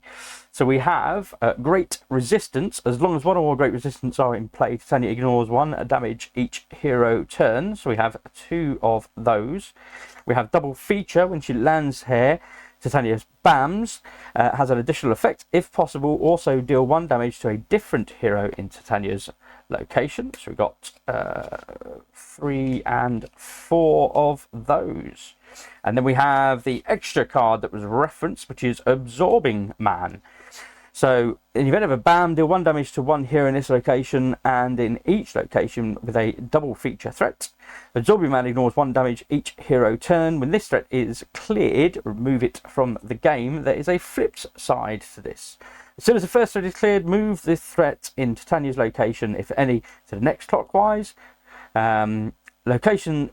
The next clockwise location without a threat, then this threat enters play face up in Titania's location. Okay, so you can, there's an option to play with that additional threat. So we have various movement bands. So specials are Hammer of Skjern or Skjern. Is that an A or an R? Move Titania clockwise 1 location and then bam. So we've got 2, 3 and 4 of those with different moves and putting out different tokens to the board. There we go. So that is a Titania. We then have a White Widow. So we've got her cards to hand. Let's have a look, see if we can find her. Is she going to be? Yes, of course she is. She is going to be one of our purples. So we've got no special setup rules. There is White Widow. So 5, 6, 7 life. Special rules: Deathless Frenzy Serum. Heroes starting their turn with one or more crisis tokens must treat one available move, heroic feat, or wild symbol at the bottom of the hero cards as an attack. In the event of BAM, give one crisis token and deal one damage to the hero with the fewest crisis tokens in her location. If in the event of overflow, the hero with the fewest crisis tokens take a crisis token, and within this plot, the heroes lose when they have a total of 7 crisis tokens. So that's how she operates. Let's have a look at her cards. So we have Threats in Disguise. So we have 3 of those. As long as this threat is in play, White Widow cannot be damaged if there are any civilians in her location. And then we have Widow Network, 3 of those. As long as one or more Widow Network is in play, each thug anywhere requires 2 damage to be defeated. Okay, so they are her threats. And we have move clockwise to the next location with the hero with the fewest crisis tokens. It's all about putting out those crisis tokens. Various BAMs. And then we have a special. All heroes in White Widows and both adjacent locations reveal the top card of their decks. On their next turn, they must play that card. And then Paralyzing Venom. Each hero in White Widows and both adjacent locations must discard 1 card from their hand, having any move symbols at the bottom if possible. So they are her cards. Okay, so now we get on to another team up, the Winter Guard. And yeah, we don't have individual decks for these. So again, quite different. This is only available as a team up. Let me just have a quick look and see if I actually have the individual characters, however, for these. So I believe we do, certainly for some of these. And in fact, these guys are they all? Yeah, they are all purples. That dude. And that would be that one there. Okay. So if I pop this out the way, and we get to see what these guys look like. Wow. There we go, folks. We've got 3 figures for this one. So special setup. Place the 3 villains in the villain's starting location. Okay. And we will be facing off against the Red Guardian, Ursa Major, and Dark Star. So those are those 3 villains, each with their own BAM effects. Move Red Guardian clockwise to the next location with any heroes and interrogate 1 hero there. Deal 1 damage to 1 hero in Ursa Major's location, and then deal 1 damage to a different hero there. And then finally for Dark Star, deal 1 damage to 1 hero in each location adjacent to Dark Star's. Special rules: interrogate. The hero chooses 1 card from their hand to reveal. If it has 1 or more attacks at the bottom, increase the interrogation track by 2. In any case, put the card at the bottom of the deck. When the hero is knocked out, the villains don't activate their BAM and instead increase the interrogation track by 1. In the event of overflow, increase the interrogation track by 1. And the vendor spot is the interrogation track that heroes lose if this track reaches 7. So that is what you are up against with this trio. So let's just going to pop those back out of the way. We can have a look at their cards. So we have the Red Army. BAM! Add 1 thug to this location. So we have 3 of those. And then we have Interrogation Techniques, and we have 3 of these.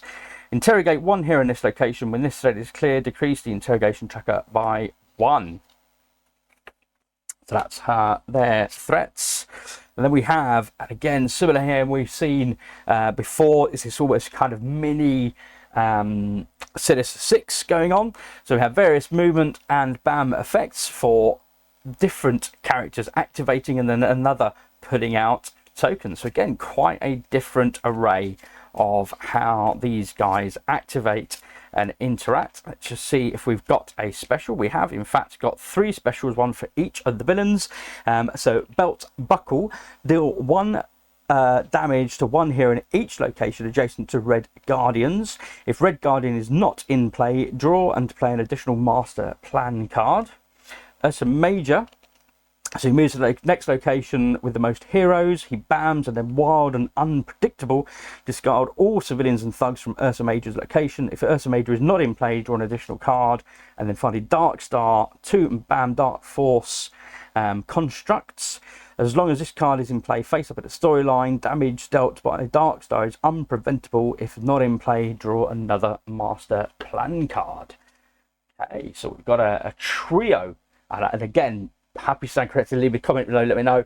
I think that is the first time we've seen that as that's the only option to play those is as a trio. Next up we have Purple Man. Now I'm fairly sure I've seen him before. Here we go. There's his little dude. What has he got? He's got a doll of some kind, or trussed up in his hands. That is what Purple Man is doing, manipulating a doll. Afraid you're just going to get a side-on view of him. Ah, there we go, it's a bit better. Okay, so there are no special setup rules. Let's have a look. 4, 5 and 6 respective cells. Special rules. When a hero is knocked out, Purple Man doesn't activate his BAM. Instead, he draws a master plan card and adds it face down to the storyline. In the event of overflow, if tokens can't be added to a location, draw a master plan card and add it face down to the storyline. And then bam, one hero in Purple Man's location and each adjacent locations must play the next hero card randomly and can't do any damage to Purple Man during their next turn. The heroes in an adjacent location can ignore this effect by revealing cards from their hand, showing at least 2 wild cards or 5 symbols of any kind at the bottom, having a card in telepathy in its name, either in their hand or face up in the storyline. So there'll be particular heroes you'll be able to play against Purple Man that obviously will clearly have an easier time against him. Using innocent bystander. As long as this thread is in play, Purple Man cannot be damaged if there are any civilians in this location. So there are 2 of those. We have accelerated recovery. As long as this thread is in play, Purple Man goes back to his starting health value at the beginning of each villain turn. Ouch. Got 2 of those. And then mind control. As long as one or more mind control are in play at the beginning of each villain turn, each hero in the same location as Purple Man or other heroes take 1 damage, and we have 2 of those. So those are the threats facing off against Purple Man. We have a move and bam. We have another move and bam. They seem to be intersliced with this in this particular deck. I'm not quite sure why, so I'm just moving these around as I'm passing them out. Okay, so I think we're here now. So then we have a subjugate crowd. To the leftmost civilian in Purple Man's and both adjacent locations of a thug, then deal 1 damage to 1 hero in any location with 1 or more thugs. And this is the gist of then the crowd effect for each of those. So that is what you'll be facing off against Purple Man. We are on to our penultimate villain. It is the High Evolutionary. Well, it might have been the one that I picked out actually before for somebody else. No, it wasn't. There we go. Okay, so High Evolutionary, who of course we've seen now portrayed in Guardians of the Galaxy 3. I believe that was the High Evolutionary that we saw.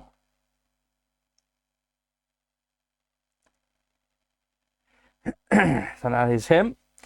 So special setup, just about to get that on there. So shuffle the 11 master plan and threat cards. Draw 6 cards and place them threat side up as the starting master plan deck. Place the Jackal threat with the initial side up in villain's starting location and the remaining 5 master plan threat cards threat side up in the other locations. So we got quite a different deck for this particular villain. So 6 life for all cases. Special rules. Heroes can only damage the High Evolutionary once 3 missions have been completed. At that point, flip the Jackal threat card. who can now be damaged. When a threat is cleared, place it at the bottom of the master plan deck. Heroes starting their turn with 3 or more crisis tokens must play their hero card face down and discard all their crisis tokens. So in the event of a BAM, each hero in high evolutionary land at both adjacent locations discard 1 action token. If they have none, they take a crisis token instead. In the event of overflow, increase the evolutionary track by 1 and add those tokens to their corresponding missions. Okay.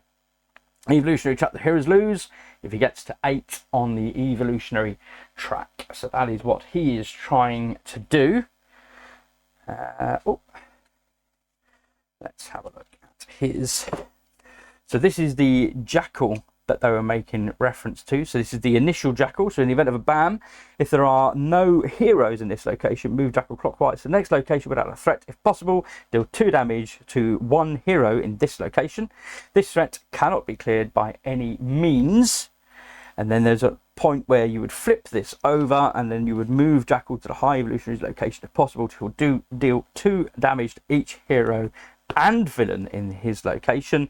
Villain spot, the heroes lose if the high evolutionary is defeated. Hero goal, the heroes win if they defeat jackal, and he has 2 life per hero playing. So that's how that threat looks.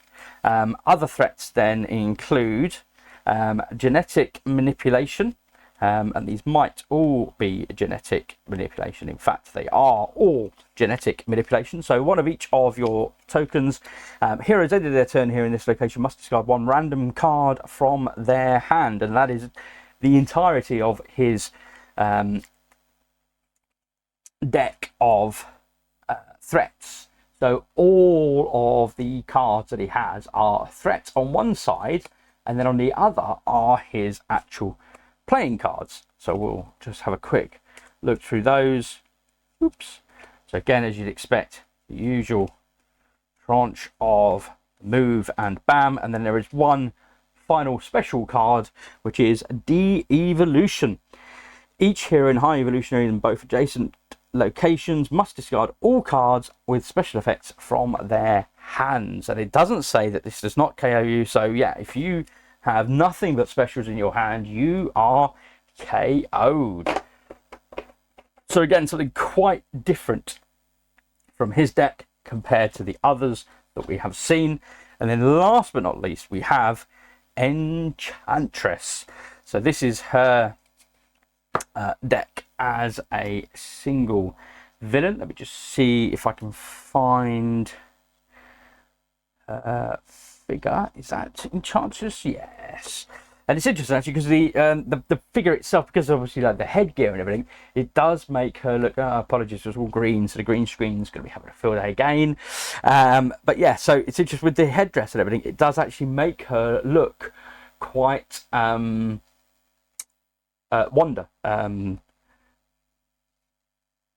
Scarlet Witch. That's the word. Yes, that's the phrase I was thinking of. The Scarlet Witch with that headdress there.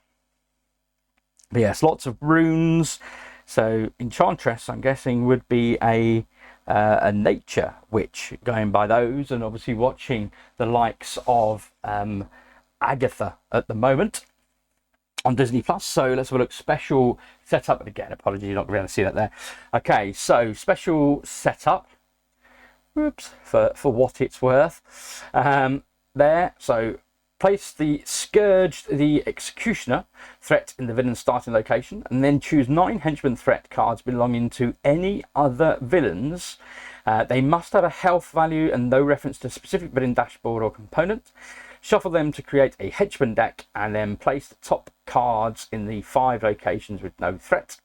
Henchmen other than Scourge enter play with 1 health less than their starting value. So she's clearly enchanting these henchmen to come and aid and abet her. In terms of life then, so she has 2, 3 and 4 respectively. She has a bunch of special rules, which again I imagine aren't going to come through at all on there. So as long as Enchantress is in location with a henchman, she can't be damaged when a hero is KO'd. Enchantress doesn't activate her BAM, instead accelerates the next villain card by 1 if not already accelerated. If Scourge is defeated, put him on top of the henchman deck. Other defeated henchmen are removed as usual. Henchmen other than Scourge enter play with 1 less health than their starting value. In the event of a BAM, if she's in a location with no henchman, move her clockwise to the next location with a henchman if possible, and in the event of overflow, accelerate the next villain card by 1 if not already accelerated. That is her main board. So we have Scourge the Executioner, deal 2 damage in each location, each hero location. And then the rest of the threats, as you saw, will be made up by henchmen from other decks. So then we have move at attacks. We have life force absorption. Discard all civilians from Enchantress location and she gains 1 health, made up of starting value. We have 2 of those. We have Hypnosis. Give 1 crisis token to 1 hero in Enchantress and each adjacent locations until the next villain turn. Heroes starting their turn with the crisis tokens, discard them, and must choose to either play their card randomly or forfeit 1 action on their turn or take 1 damage at the end of their turn. So we have 3 and 4 of those. And then we have New Blood. Bring the top threat from the henchman deck into play in Enchantress location if possible, or the next location clockwise without a threat. So we have 4 of those. So that is what she is doing, very much manipulating and playing with those henchmen to do her bidding. Okay, so then there is one other villain set that we've not yet seen, and that was the large board that we unveiled right at the beginning, because of course that was the entire table, apologies for that.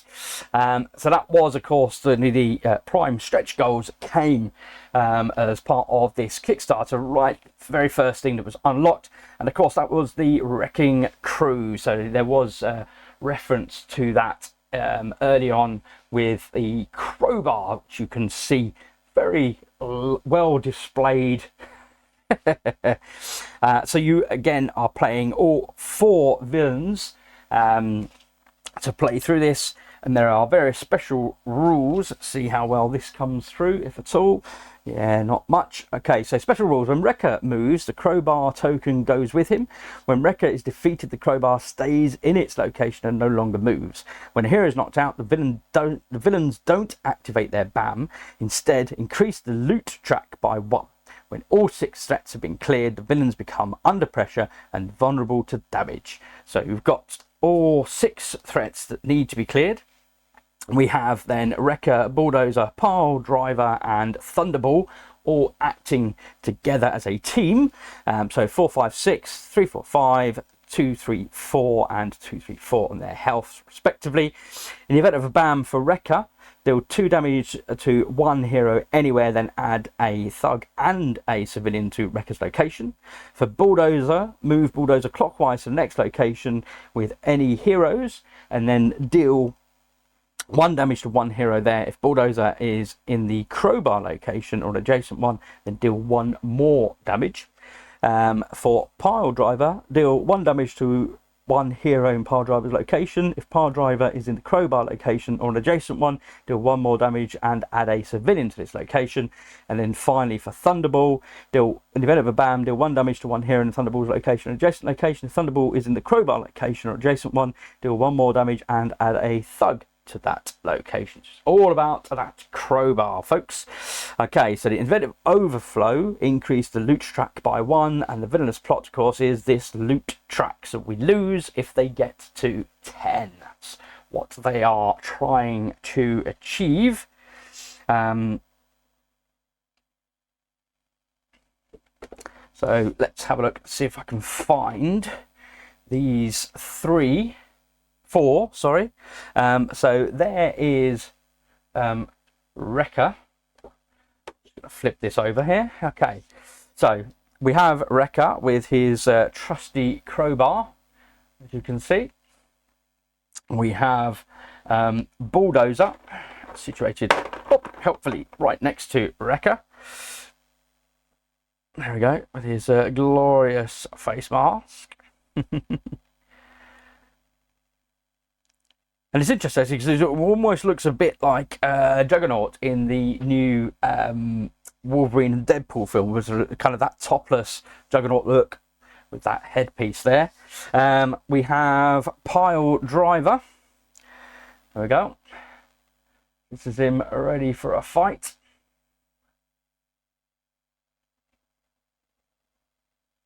And then last but not least, we have Wrecking Ball. Whoops. And I'm not going to sing to you. Sorry, folks, for that disappointing statement. I'm sure you're all devastated. Here we go. So, Wrecking Ball ready to come into battle. And let's have a look at their deck of cards. Oops. Okay, so let's leave those two guys there. And we should hopefully, yeah, we'll get those on. Okay, so we have Bank Robbery Bystanders. And we have three of those. When this threat card is cleared, add 2 civilians to this location. And then we have Bank Robbery Misdirection. When this threat is cleared, we add 2 thugs to this location. And then we get into their many varied display of cards. Again, it's quite different. So we've got 2 being activated and banned here. Okay, so we've got a number of those, obviously alternating who is being activated. Then we get into singles when they're also bamming and putting out tokens for us to clear up. We have then specials, potentially engaging all 4. So Power the Crowbar, move all villains to the location with a crowbar. Then each villain bams, starting with Wrecker and proceeding from left to right on their dashboard. We have Hiding the Plan, places 3 top cards of the master plan deck at the bottom. Then each villain bams, starting with Wrecker and proceeding left to right on their dashboard. We have the Escape Plan. Heroes must choose to either increase the loot track by 2 or remove the top 2 cards of the master plan deck from the game, and then add a thug to every location except Wreckers. We have Heading to the Bank. Bring back 1 cleared threat into play in the location with the crowbar, if possible, or in the next location clockwise without a threat. Then add a civilian to every location except for Wreckers. And then finally, Plan B. If the villains are not under pressure, put this card at the bottom of the master plan deck and play the next master plan card. Otherwise, bring the loot track back to 0. And from now on, when a game effect would increase the loot track by 1, draw a master plan card and add it face down instead. Ooh, that's a dynamic change to the game when that gets drawn. Okay, very interesting. Okay, and that is it, folks. That is all of the villains that come in the Stretch Goals box. Wow, what a lot of villains. I mean, I've got a stack of cards this big. I think it did actually say on the base of the box, if I just flip that over, let me just have a look. There are 323 master plan cards and 165 threat cards. Obviously different numbers, but yeah, I mean, that is a lot of cards, folks. And then, of course, we're on to our heroes, who we get to play in attempting to defeat these master villainous plans as they carry out their nefarious acts across the Marvel-verse, or multiverse, in fact, in this occasion. So I'm going to grab a drink and I will be back in a moment. Okay, so moving on with the heroes of the cards that we get. Whoops, when we're playing. Let's have another look at, first of all, our purple heroes and their particular cards. So of course we saw this one acting as the villain, and this is Red Guardian first up. So let's have a look at his cards if we are playing him as a hero. Oops, apologies, I've knocked my camera slightly. There we go. What is he doing? It's flying. Oh, wilds. And again, obviously these are all brand new, so they're a little bit sticky. Okay, Winter Guard. Each hero with a Winter Guard card in the storyline draws one card. Okay. Honorable Fighter. Double attack. You can't defeat henchmen or villains with this special effect, however. Okay. KGB Training. Look at as many cards from the top of the master plan deck equal to the number of civilians in your rescued. You've rescued this turn. You can put any of these cards back at the bottom of the deck. Nice. And then Skilled Test Pilot. As long as this card is face up in the storyline, each time you use a location's end of turn effect, you might to move, gain one wild token. That is the Red Guardian. So next up we have the White Widow. Of course, we saw portrayed on the silver screen in the Black Widow movie. So we have Wild and Double Wild. Specials: Gauntlets, recharge, attack or recharge Widow's Bite equipment at the end of your turn. Master Spy: if you're in the same location as a villain, reveal the top two cards of the master plan deck. You may put one at the bottom or remove it from the game.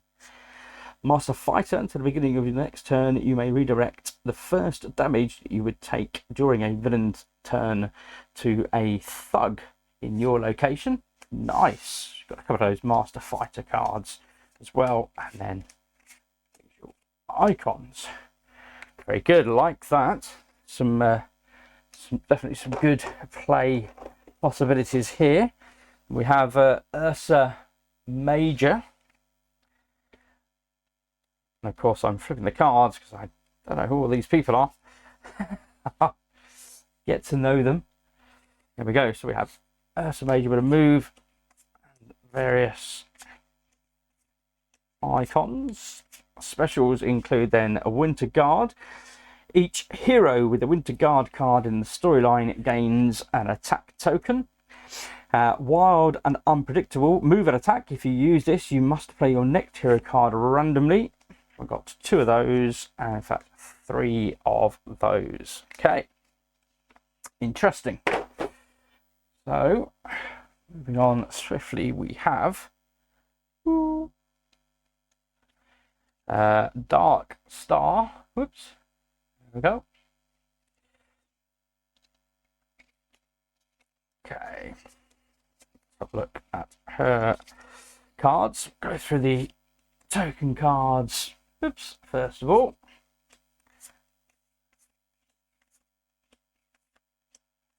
Okay, Winter Guard. Each hero with a Winter Guard card in the storyline gains a heroic feat.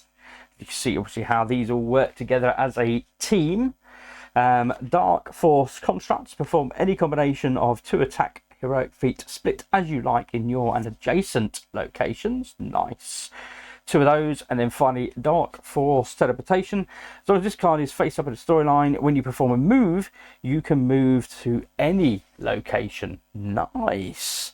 Wow, that's certainly super helpful if you can keep that one upright in the storyline, particularly on the basis of trying to chase down various villains as they're running around the board. And we have Moonstone, who we saw as a villain. Trying to separate these darn cards. Okay, so we've got move, attack, various icons. Take forever to separate. Okay, manipulative skills. Move any number of civilians from your location to an adjacent location if you do attack in that location. So we've got 2 of those. We have gravity manipulation. Move any number of villains, henchmen, and thugs from adjacent locations into your location if you do a double attack in your location. You've got 2 of those. And then finally, intangibility. As long as this card is faced with the storyline, you may ignore 1 damage each villain turn. If you do, you must ignore 1 available action on the next turn.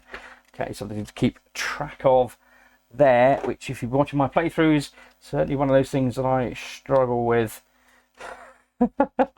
There you go. We have the Red Hulk, who ironically is purple, not red. We have various cards, token cards, and as you would expect, lots of attack. We have Red Rage, deal 1 damage to everything else in your location, discard all civilians there. Got 2 of those. And then 2, absorbing energy.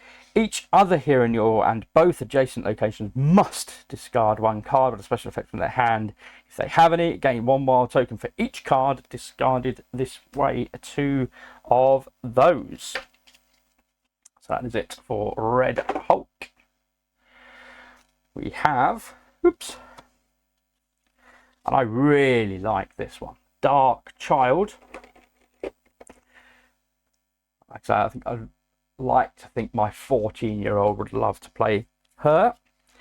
Okay, let's have a look.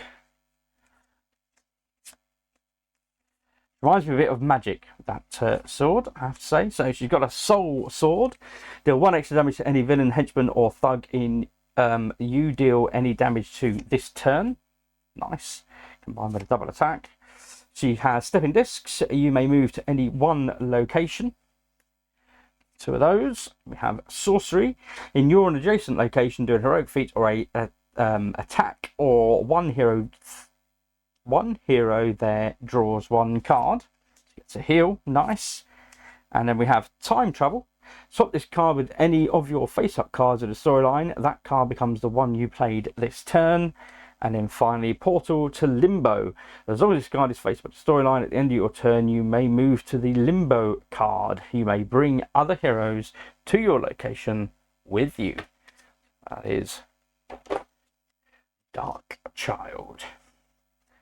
And then last but not least, with his funky claws, we have Dakin.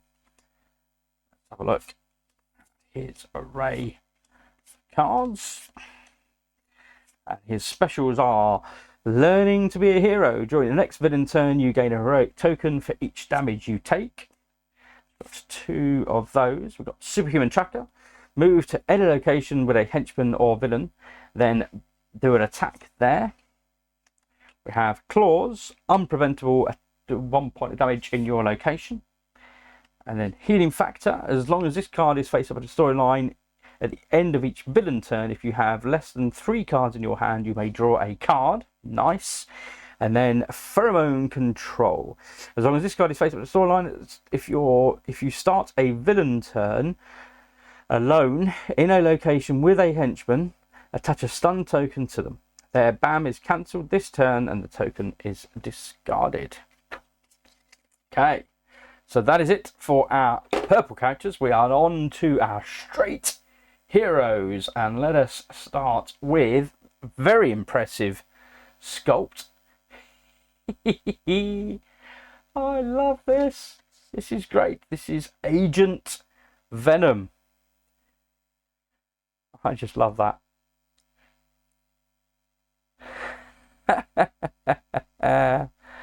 That is fantastic.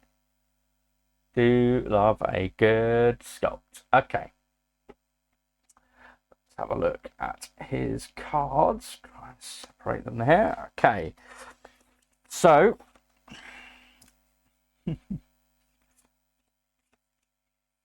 as you would expect, lots of attack. Have our wilds. And we have Symbiote Enhancement.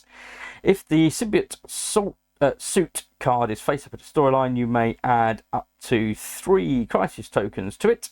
For each crisis token just added, perform a move or a attack. So we've got 2 of those. We have Camouflage. Next villain turn, you may redirect any damage dealt to you to any henchman or thug in your location. Webbing Generation.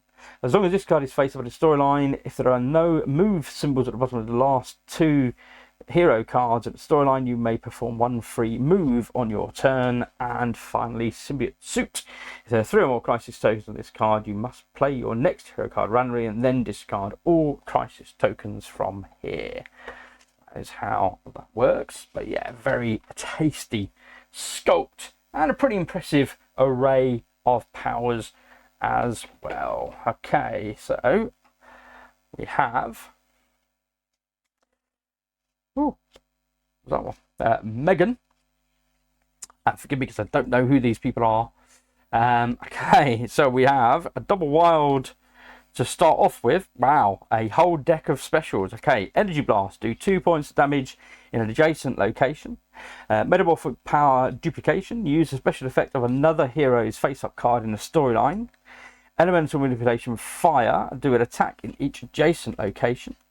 So we've got a couple of those. We've got Elemental Manipulation Ice. During the next villain turn, villains and henchmen starting the turn in your location can't leave it, and their BAM effects are cancelled. 2 of those. Elemental Manipulation Earth. During the next villain turn, villains ignore your location when moving. Okay, we've got 2 of those. And then finally, Elemental Manipulation Air. Relocate any number of civilians, thugs, heroes, and villains between your and adjacent locations. And we have 2 of those. Wow, that seems like a very interesting character to get to the table. Lots of special cards there. Okay, next up we have Chamber. And I'm not quite sure what's going on with his chokey. Okay. So let's have a look at his, is that him? I'm guessing that's him. Yes, that's got to be him. There's his All Flame On card. There we go. But he's got a good number of heroic feats as well as attacks, so that's nice. Okay, we have Biokinetic Flame. Double attack in your location and discard 1 civilian from your location and deal 1 damage to another hero in your location if possible. Yep, so we've got 2, 3 of those. And then finally, Minor Telepathy. Gain 1 heroic token. Heroes in your adjacent locations may freely exchange action tokens among themselves. That is handy, actually. The amount of times I've been there wanting to use a token and not being able to because somebody else has got it, or not because, but you know, somebody else has got the token that, oh, it'd be great if this character actually had that token. So yeah, that's definitely a useful ability. You can see that coming into power. Okay, and we have M, as she is known. Just going to come down here a bit. Oop. Okay, that's just completely missed the mark. Apologies.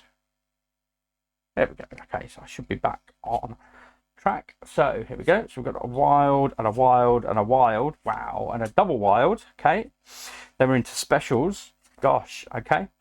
So flight. If in M form, okay, gain a movement token. All right. Genius Intellect. If in N form, as long as this card is face up to storyline, if you end your turn and in a location adjacent to the villains, reveal a top card of the Master Plan deck. Nice. Extended Telepathy. If in M form, you may turn 1 or 2 face down cards of the storyline belonging to other heroes face up. Concussive Force. If in M form, double attack, split as you like in your and an adjacent location. Oh, there's a change. We have Claws. In a Penance form, unpreventable double attack against a single target in your location. Razor Sharp Skin. In Penance form, gain 2 attack tokens, then deal 1 damage to each other hero in your location. At the start of your turn, place this card with the side up in front of you. What? At the start of your turn, place this card with this side up in front of you. At the end of each villain turn, you may flip this card to change to Penance form. Aha! Penance form. At the end of each villain turn, you may flip this card to change into M form. Nice. Okay. Razor Sharp Skin. So obviously you'll have a hand of cards, hopefully, unless you've been knocked out. And so you have to decide which way are you going depending on the number of cards you have in your hand. I like that. Razor Sharp Skin. If in Penance form, gain 2 attack tokens, then deal 1 damage to each other hero in your location. And then finally, Dense Skin. If in Penance form, as long as this card is face up at the storyline, you may ignore 1 damage each villain turn. Wow. Okay, very interesting character. So next up, and again, this one's a bit gruesome. It's an interesting one. So yeah, so she's just kind of peeling her skin off, peeling her clothes off. Very weird. Okay, let's have a look and see who this is. This is Husk, is her name. So let's have a look at her cards. We have specials include adamantium skin. Okay, as long as this is this is your latest skin card in the storyline, you may ignore 1 damage during each villain turn. And I'm just thinking, reading that brings a whole new meaning to the phrase "skin in the game." As long as this is your latest skin card, how do you know it's a skin card? So this is stone skin. At the beginning of each of your turns, you may defeat 1 thug or rescue 1 civilian in your location. Rubber skin. As long as this is the latest skin card in the storyline, at the end of each of your turns, gain a heroic feat token. Fire skin, same, but you gain a attack token. The page's skin. Okay, draw a card. Omnimorph. At the end of your turn, you may swap this card for another face-up skin card in the storyline, or search your hero deck for any card, place it on top, shuffle the rest of the deck. And we have 2 of those Omnimorphs. Wow, okay. So again, just quite a different means of playing these characters, folks. All a whole lot of stuff we've not seen before. So this is Cypher. She's got like a sword, but it seems to be kind of coming out of his skin, or it's on a chain of some sort. So let's have a look at his cards. Over a bit. There we go.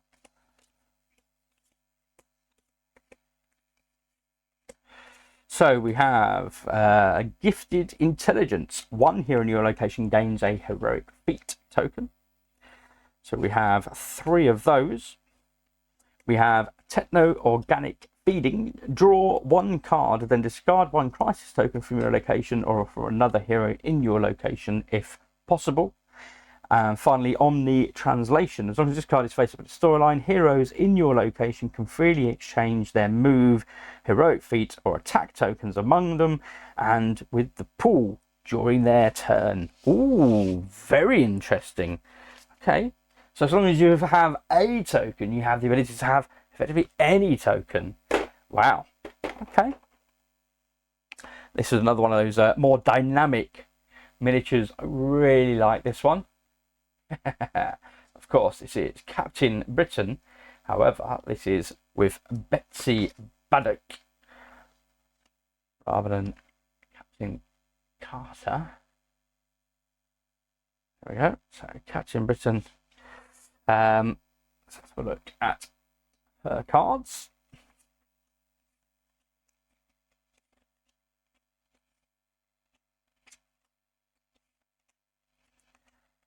Okay, and then her specials are Sonic Blast.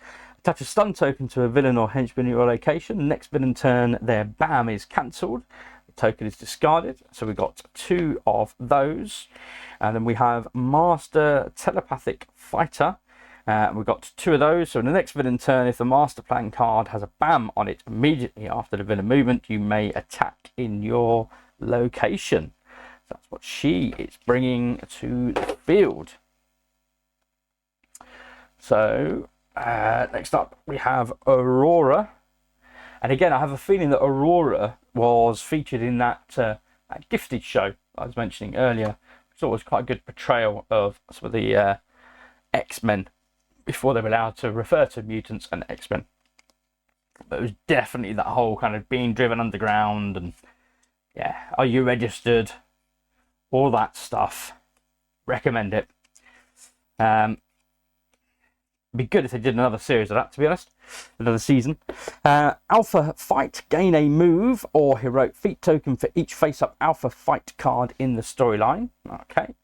Hard to catch until the end of the next villain turn. Ignore any effect that would force you to discard action tokens or gain crisis tokens. Gestalt Photokinesis. As long as this card is faced with a storyline, each time you enter a location during another hero's turn, you may immediately do heroic feat or an attack there. And then finally, projectile speed. As long as this card is faced with a storyline, if you enter 2 or more different locations during your turn, at the end of your turn, you may heroic feat or attack in your location. So lots of moves and then special powers based on those moves. This character, of course, requires no introduction at all. This is the new Captain America, Sam. Look at that. I love that. Take it off. Okay, so we have, here we go, Sam Wilson, and his deck of wonders. So his specials include Inspiring Leadership, distribute 1 heroic feat and 1 attack token from the pool among heroes, Focused Strike, double the attack symbols at the bottom of the previous hero card in the storyline, nice, Expert Shield Fighter, gain 1 attack token or recharge your Captain America shield equipment at the end of your turn. And then finally, Falcon's Wings. As long as this card is faced by the storyline, each time you perform a move during your turn, you may immediately perform 1 extra free move. Nice. And that is his starting hand card. Of course, because he has wings.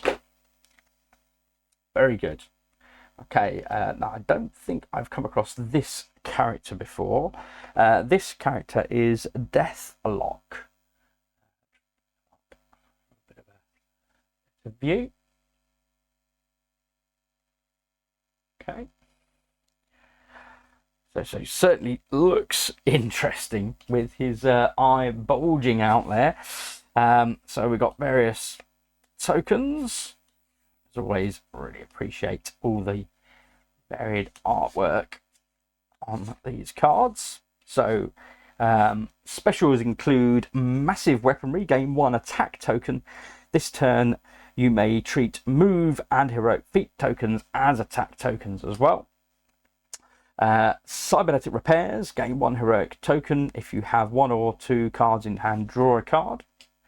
Cybernetic Reflexes, gain a move token, ignore the first damage that you would take next villain turn. And then finally, Computer Mind. As long as this card is faced with a storyline, when you have to draw 1 single card, you may draw 2 instead, keep 1 and discard the other to the bottom. There we go, that's what we'll get from Deathlock. This one's real pretty. Do love the plastics, have to say. That's superb, beautiful stuff. Just makes such a difference. Okay, so this is Songbird, and we've seen her being referenced in our villain cards we saw earlier. So let's have a look. Lots of double I'll stick together double icon cards. Some of the single icon cards. Specials then include Sonic Blasts, attack in each adjacent location. Sonic Shield, during the next villain turn, all heroes in your location ignore the first damage that they would take. We have Manipulating Song, we have 2 of these. Next villain turn, choose a henchman in your or an adjacent location. Their BAM effect is replaced with deal 1 damage to a villain, other henchman or thug in this or an adjacent location. You choose the target. Good. Nice. So it's almost a kind of, I guess, a bard singing to impact the battlefield and have an impression upon the game. Very good. So next up we have Wiccan. I have to say, I'm really impressed with the miniature for Wiccan. Actually, that looks pretty cool. You like him there? My hand out of the way.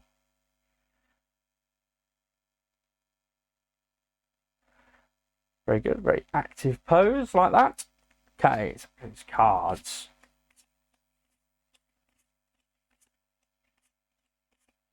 Much easier to get through his deck. What's going on there? Reality warping. Another hero can swap one card from their hand with one of their storyline face-up cards. Nice. Force blast. Double attack in an adjacent location. Wild magic. Choose one. Move to any location, or another hero in your location draws one card, or reveal the top card of the master plan deck. Nice. And that is 2 of those. Do like a bit of choice. That's always good to have. Why do I appear to be missing a miniature? That's weird. What's happened there? How bizarre. Anyway, moving swiftly on. Haha, we have, and I like this because this is almost kind of what we saw in the X-Men film, of course. The kind of goggle instance of Quicksilver. This is Speed.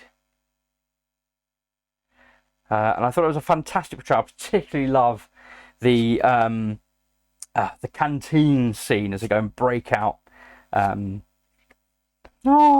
Magneto. Dear me. It's been a long day, folks. It's been a long day. Okay. So, superhuman speed. Gain 1 a movement token. This turn, when moving, you may bring other humans with you. Nice. In your location. So we've got 2 of those. Superhuman reflexes. If the next master plan triggers an overflow, you may move to one overflowing location, rescuing and or defeating each civilian/thug token that can't be added. The overflow there is cancelled. Nice. I like that. You get 2 of those. Superhuman agility. The next villain turn, you may discard 1 move token to prevent 1 damage that you would take. We have 2 of those. There's some real tasty cards there. Apologies for the green screen again.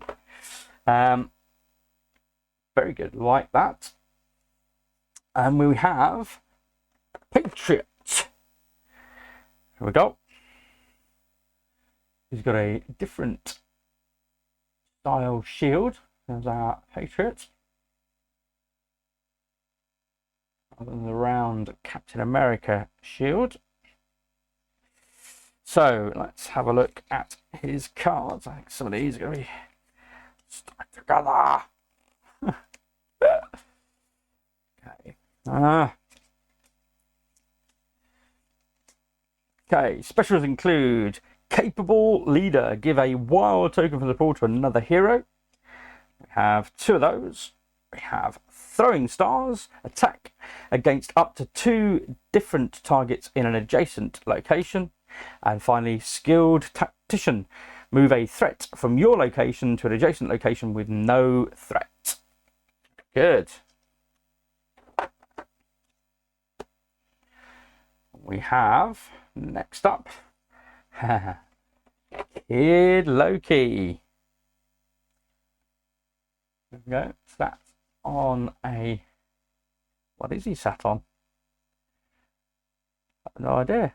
The head of something. Is that the head of the sentinel metal thing that Odin sent out after Thor? Okay, let's have a look at his cards. So, ooh, lots of wilds. Oh my gosh. Okay, wow. Smarter than you. If a villain or henchman in your location has more health than a number of cards in your hand, double wild there. Nice. Or speak. Turn any number of thugs in your location into civilians, or vice versa. Sorcery. Choose 1. Draw 1 card, or wild in your location, or reveal the top card of the master plan deck. We've got 2 of those. And finally, Master of Deception. As long as this card is face up in the storyline, you may ignore the special effects on the current card you played to discard 1 crisis token in your location instead. Apologies again for the green screen.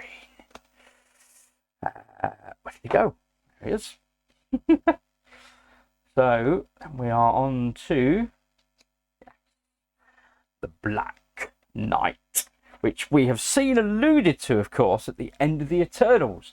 And yet then they're saying they're not going to do anything more with the Eternals, as they've now got the full mutant license, which I think is a shame, to be honest. I mean, I didn't mind the Eternals. The only thing I thought that was bad with the Eternals was the fact that they did it as a movie rather than a TV show. I think given the number of eras that they spanned with these characters, I think they could have really fleshed it out and done a full-blown TV series, and then you'd have got to really better appreciate each of the characters.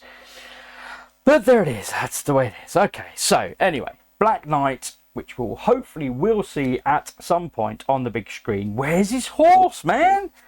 Anyway, okay. Can't see him riding much around in a horse in the middle of London in modern day. Don't know. Maybe. Maybe. Is that how it works in the storybook, in the comics? Maybe. So, specials include a great tactician. We've seen this with some of the other characters already.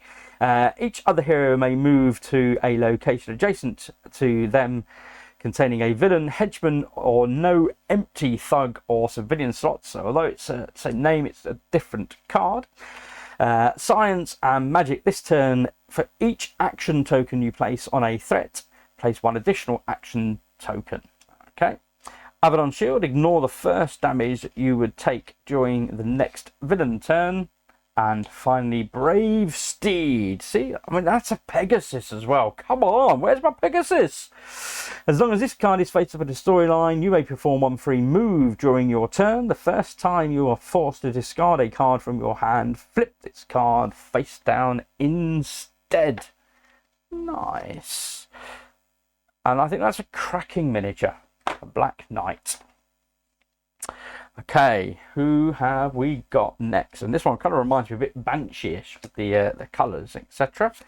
So this is Sirin. Sirin? Is that how we say that? Sirin? I think so, maybe, hopefully. Lots of green again, apologies. Oh, sorry, just reacting to the artwork. Okay. So, Sonic Scream, deal 1 damage to each thug in an adjacent location. You may discard any number of action tokens to perform the same number of attacks in that location. So you have 2 of those. And then Vocal Trance. Attach a stun token to a villain or henchman in an adjacent location. Next villain turn, their BAM is cancelled and the token is discarded. And we have 2 of those. There we go. Nice bit of manipulation going on there of the baddies. So we have, and I did enjoy this film as well, this portrayal on the screen. This is, of course, Werewolf by Night. Hoping to see more of this guy on the screens. And by all accounts, of course, we will, hopefully. The latest rumours, of course, that there will be a Ghost Rider film, so combined with Ghost Rider, Doctor Strange, Moon Knight, and Werewolf by Night. That gives us the foundations for the Sons of Midnight, I believe they were called. So, Full Moon. If this card is in your hand, you must play it. On your next turn, you must play your hero card randomly, and each time you enter a location with other heroes, you must deal 1 damage to one of them. Ouch! That hurts. Okay, and we've got our normal cards, such as the Curse of the Werewolf, I'm afraid. Lycanthropy Strength, move, and then double attack. So we've got 3 of those, and then finally Regenerative Healing. As long as this card is faced with a storyline, if you have less than 3 cards in your hand at the end of a villain turn, you may draw a card. I like that. That's nice. Although, of course, it does mean you get through your deck much faster. So there will always be that equal challenge there. And let's have a look. We have Wong. There we go.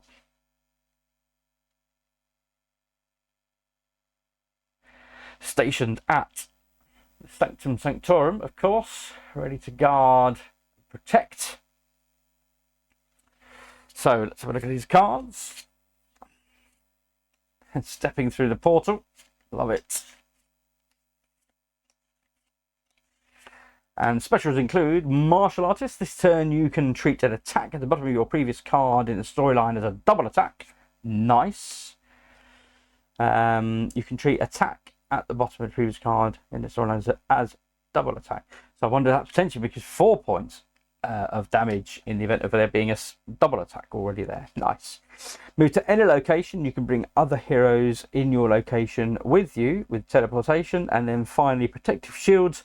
During the next villain turn, all heroes in your location may ignore the first damage that they would take. So we're seeing a lot of these storyline cards, giving you lots of additional changes to the gameplay.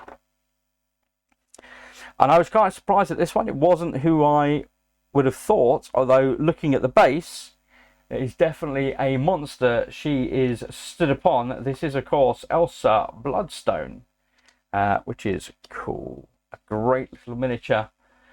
It will look fab all painted up for sure. Love that. Huntress of the Night. So, Elsa Bloodstone. Cards sticking together again. Apologies. I'm going to go through and sleeve all these yet. That'll stop them sticking together. Well, maybe not. Huntress. Here we go. So, move to any location with a villain or henchman, then attack there. So we have 2 of those. We have the Blood Gem. As long as this card is faced with the storyline once per turn when you perform an attack, you may discard 1 card to the bottom of your deck to immediately perform an additional attack. And then Vampiric Immunity.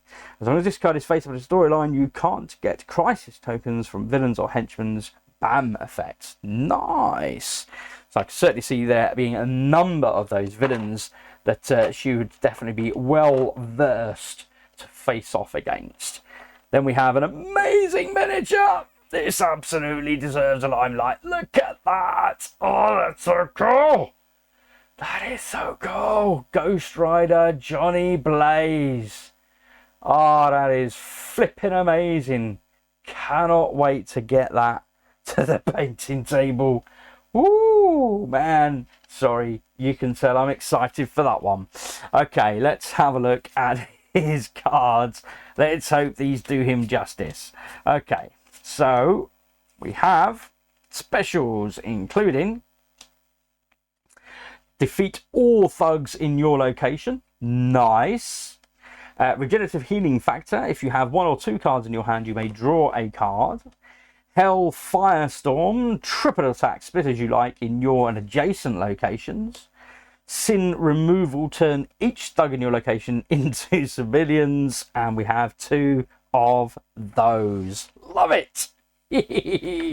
Oh, that's fantastic. I so love that, Benny. So much so I can't put him back down in the box. Right, and we have another one that I really like as well. Man-Thing was, of course, the other thing that we saw with Werewolf by Night. Just a glimpse at the end. The monster he was, of course, protecting and trying to avoid being slain by his fellow kin. Love that. That is fantastic. It was a delight seeing him on the screens, for me personally anyway. Okay, so we're straight in with the specials. Earth's Life Force. Draw a card. We have 2 of those. Empathy. As long as this card is faced with a storyline, if you end your turn in a location with 1 or more civilians, you can heroic feats there. Empathy. As long as this card is faced with a storyline, if you end your turn in a location with 1 or more thugs, you can attack there. Regeneration. If you have less than 3 cards in your hand, you may draw a card. Regeneration. If you have less than 3 cards, you may draw a card. Universal Language.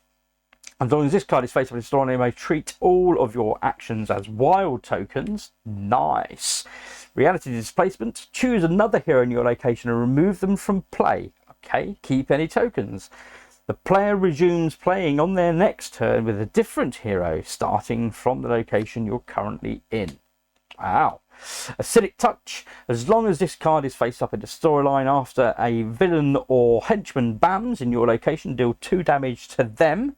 Nice. And then finally, Dimensional Teleportation. As long as this card is faced up in the storyline, you may perform move. When you perform a move, you can move to any location and may bring other heroes in your location with you. Wow, what a powerful supporting character role. There's some fab abilities in there. And this is yet another miniature I really like the look of. What is that? I love the fact he's just stood on his hand. That is fantastic. Don't know if that's managing to focus there, but that's such a stellar mini. Love that. It's just that real sense of movement and action captured so well. Fantastic. So we have lots of dual cards, single cards. Then we have these specials: cybernetic arm, double attack and a move, double attack and a move, and a cybernetic arm. Cybernetic structure. So 2 of these. Ignore the first damage that you would take next villain turn. Sonic cannon. Wild or recharge your sonic cannon equipment at the end of your turn. And finally, Spider Sense. As long as this card is face up in the storyline, once per villain turn, if a villain ends their movement in your location, you may immediately move to an adjacent one.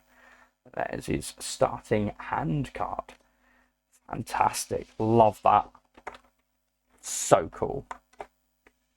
Oh, so great. Now, what is going on here, folks? Okay, I don't know who this character is, so please forgive me. But flippin' heck, why have we got Dodgeball coming into the Marvel Universe? What is that about, mate, eh? Apologies. So, of course, this is Corsair, a space pirate. I think his gun's a bit bent. So, Corsair, the space pirate. Love it. I do love it. That is fantastic. Okay, I'll get my arm out of the way and we can have a look at his cards. So we have our token abilities, and specials include Saber Blade, unpreventable attack in your location. Starjammer Crew, nice. If the previous hero card in the storyline has Starjammer in its name, perform 1 wild. Okay. So we've got 3 of those. Nice. We've then got Starjammer Leader. Give 1 wild token from the pool to another hero. We've got 2 of those. And then Starjammer Pilot. Each other hero in your location may immediately perform a move or a double move. Nice. So yeah, incredibly supportive character, him. So he's, I mean, it kind of smacks to me similar to Nick Fury in the original Marvel United Season 1. Lots of giving out tokens and abilities to other heroes. Love that. Then we have Hepzibah. Okay, so have a look. Again, really like the sculpt on her. Nice action pose. Let's have a look at her cards. Winter specials. Mood altering manipulation. Attach a stun token to a villain or henchman in your location. Next villain turn, their BAM is cancelled and the token is discarded. So also remember the Starjammer Crew. If the previous card and hero card in the storyline has Starjammer in it, you may perform a wild. Definitely see a team forming here. So we've got 2 and 3 of those. Starjammer Acrobat. This turn you may treat a move as a wild. Starjammer Marksman, attack in an adjacent location. And finally, Acute Senses. As long as this is face up at a storyline, once per villain turn, if a villain ends their movement in your location, you may immediately move to an adjacent one. Nice. Okay. So that is Hepzibah. Then we have Razor. I'm guessing that's how we say his name. It does look pretty funky. Yeah. Okay, let's have a look at his cards. If I can separate them. Okay.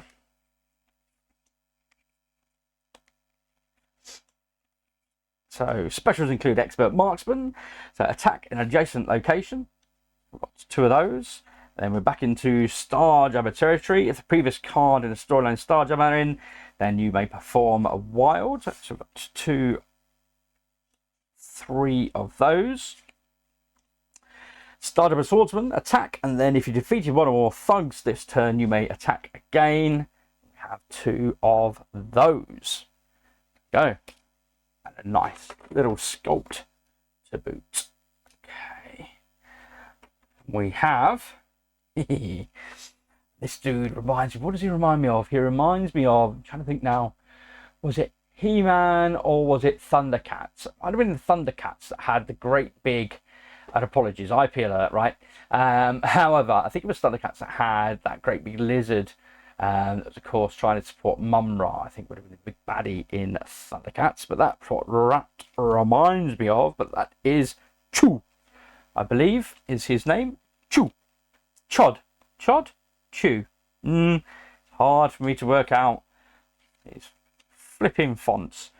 Chod, I think, perhaps. That's what I'm going to go with, folks. Let me know in the comments below. Is that right? Is that his name? And apologies again for the green screen. Okay. Amphibious elusiveness, just like the green screen is making him. If you are in a location with water token, you cannot take any damage until the beginning of the next turn. Starjammer Crew. If the previous card has Starjammer in its title, you may perform an extra wild. So we've got 3 of those. Starjammer Fighter, attack in your location. Then, if you are in a location with water token, do a wild action. Amphibious Physiology. I shouldn't have had that whiskey. Sorry. Place a water token in 3 different locations if there are none in play. Otherwise, you may move 1 water token to any other location without one. And telepathic immunity. As long as this card is face up in the storyline, ignore the first crisis token you receive during each hero or villain turn. There we go. We are nearly there now, folks. We have 4 heroes left. That's so cool. And I loved seeing this character both in the animation series of old and of new. Of course, this is Lilandra. This is Xavier Lover. You're Xavier Lover, you. So we have part of the Starjammer ally. The previous hero card in the storyline has Starjammer in its name. Perform a wild. We have Princess Majestic. When another hero's special effect makes you gain an action token or swap cards in a storyline, you may flip this card face down to draw a card. So we've got 2 of those. We've got Grand Admiral of the Imperial Fleet. Each other hero in the game may move. Shi'ar Diplomacy. Give 1 of your action tokens to another hero, and they may also gain 1 action token of the same type from the pool. We've got 2 of those. So yes, as I think very much a suitable set of cards for her.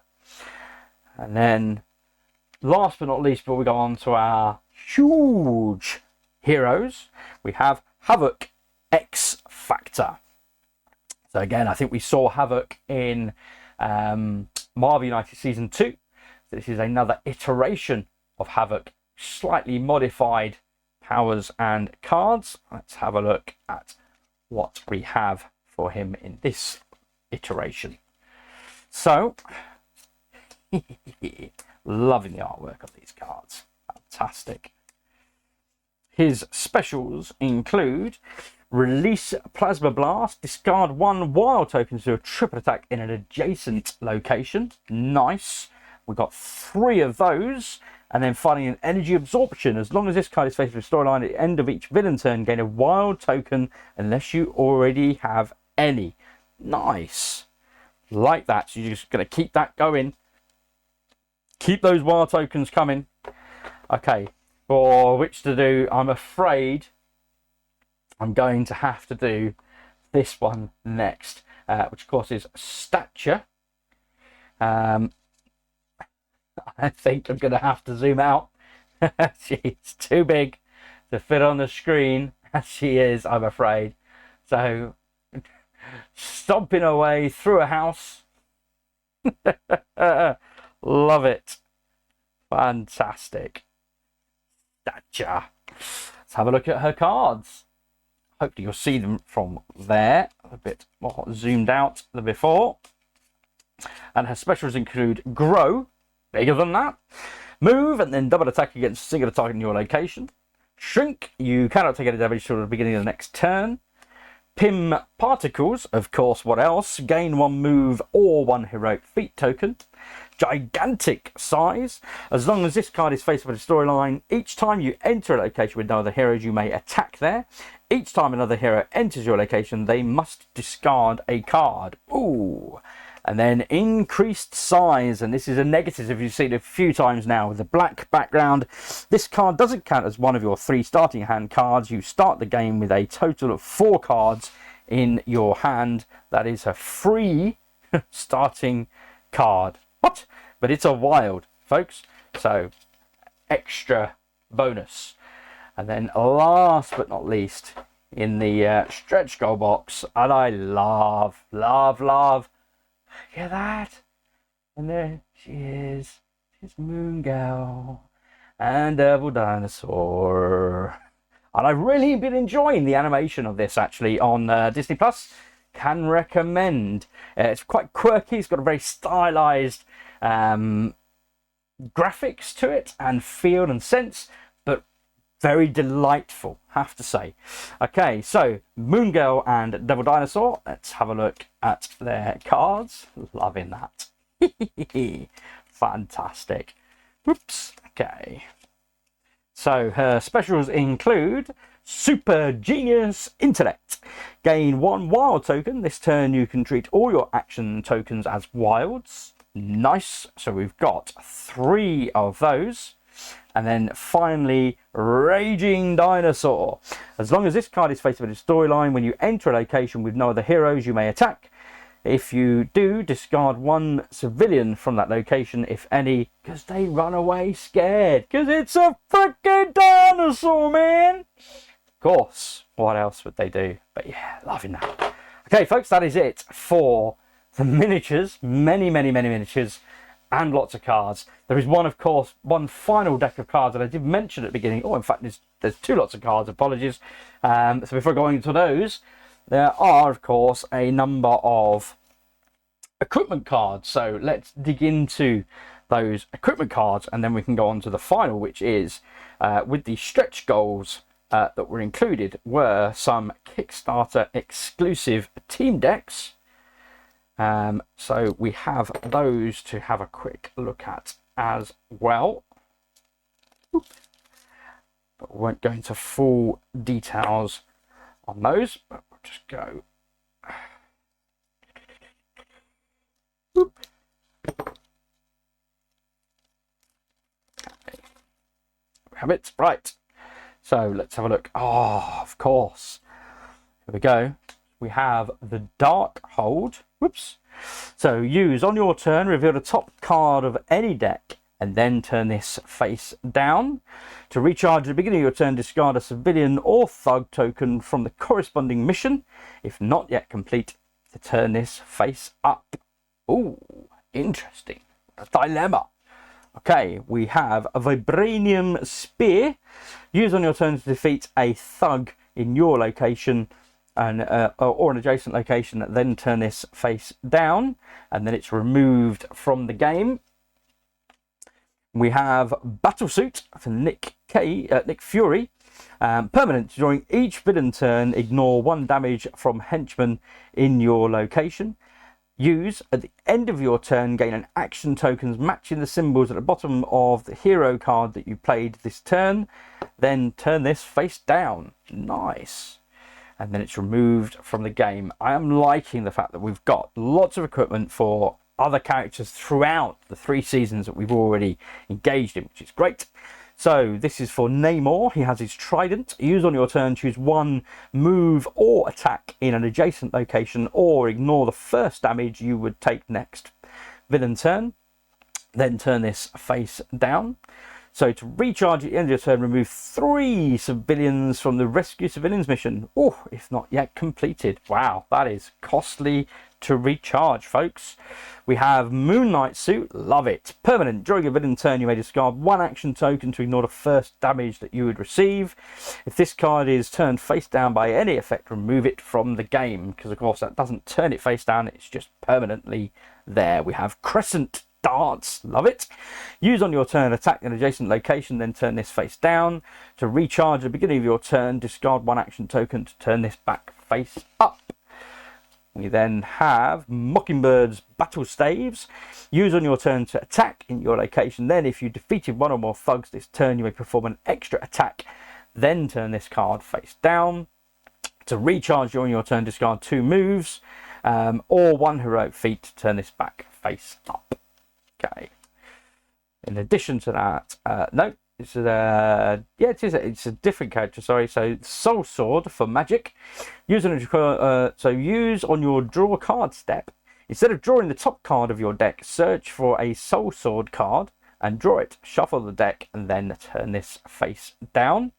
To recharge at the end of your turn, if you played a hero card but has no special effects, you can turn this face up. Nice. We have Trick Arrow Wire, and this is for Hawkeye, of course. So use on your turn to move and a heroic feat, and then turn this face down. To recharge at the beginning of your turn, discard 2 action tokens to turn this back face up. We have Trick Arrow Smoke Bomb. Use on your turn, place this card in an adjacent location. Next bidden turn, heroes in that location can't take any damage. Then flip it over. To recharge at the beginning of your turn, discard 2 action tokens to turn it face up.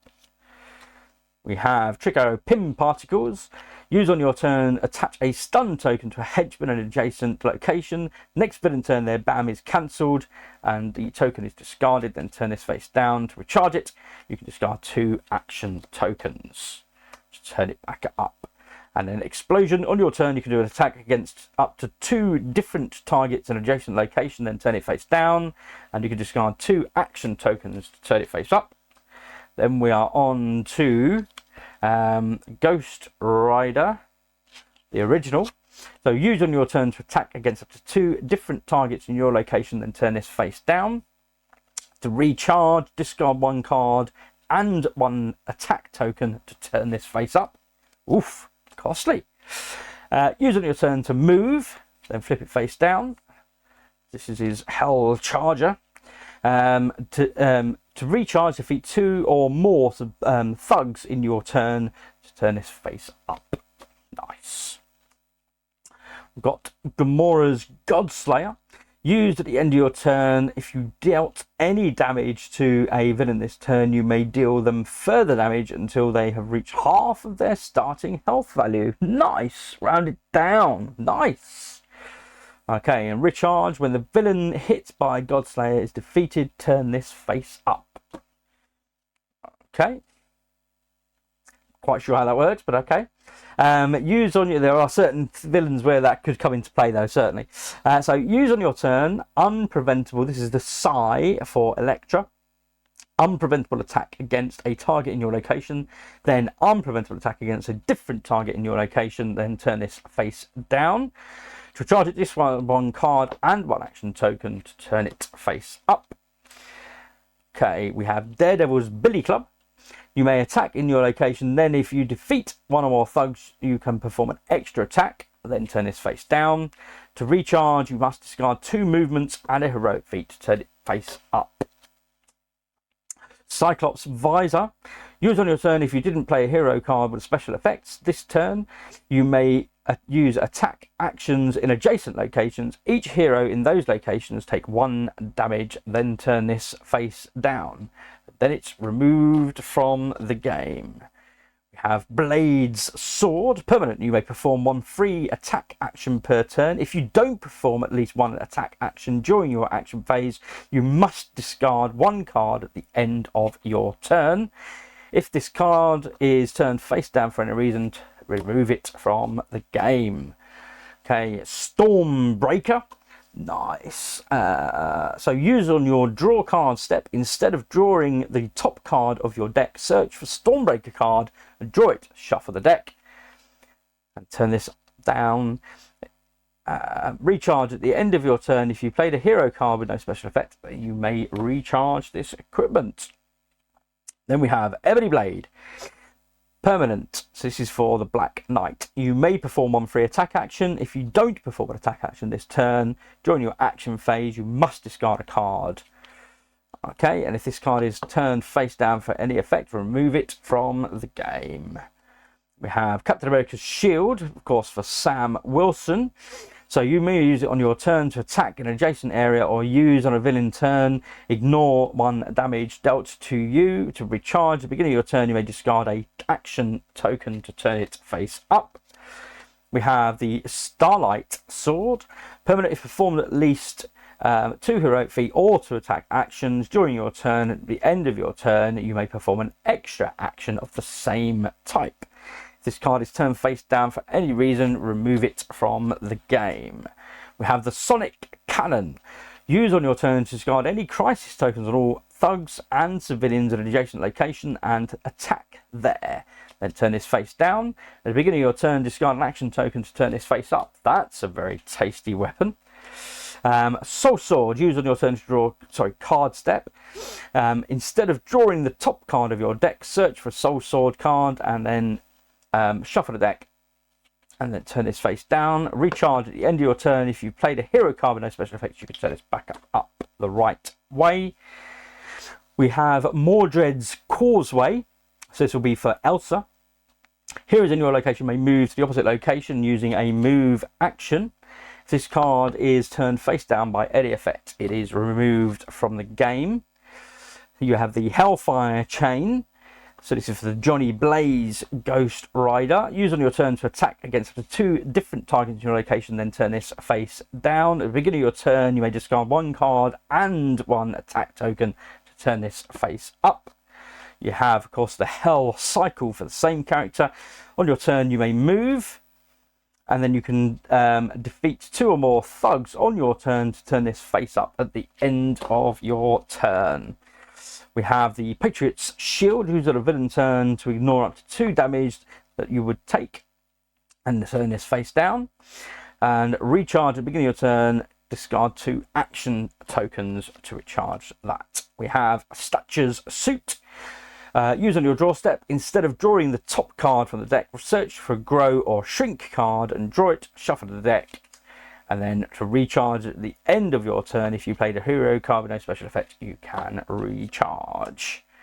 U.S.Agent's Shield. Use on your turn to attack in an adjacent location, or use on a villain's turn to defend against 1 damage. And at the beginning of your turn, discard an action token to turn it back up the right way. We have Widow's Bite.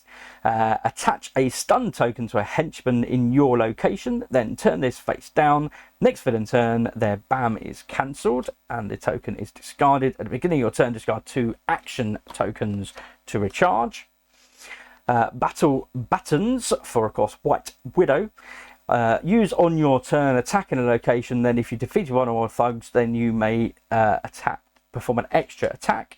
To recharge, discard 2 move tokens or 1 heroic feat token to turn this back face up. We have the Nega Wedding Ring. Use on your turn if Hulkling is in play, move to his location, or use on a villain turn, ignore the first damage that you would take, then turn this face down. To recharge at the beginning of your turn, you or Hulkling discard 1 action token to turn it face up. We have the Nunchaka for Shang-Chi. Use on your turn, you may forfeit up to 2 attack actions to gain the same amount of attack tokens. Then turn this face down. To charge it, spend a heroic feat token. We have Web Shooters for Porky Pig. Love it.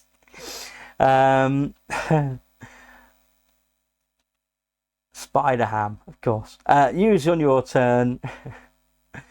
So you can move or move 1 civilian or thug from an adjacent location to your location, then turn this face down. Of course, Porky Pig's nothing to do with Marvel. What am I thinking? But that's all, folks. Sorry about that. At the beginning of your turn, discard one action token to turn it back up the right way. We have Vision's Solar Gem.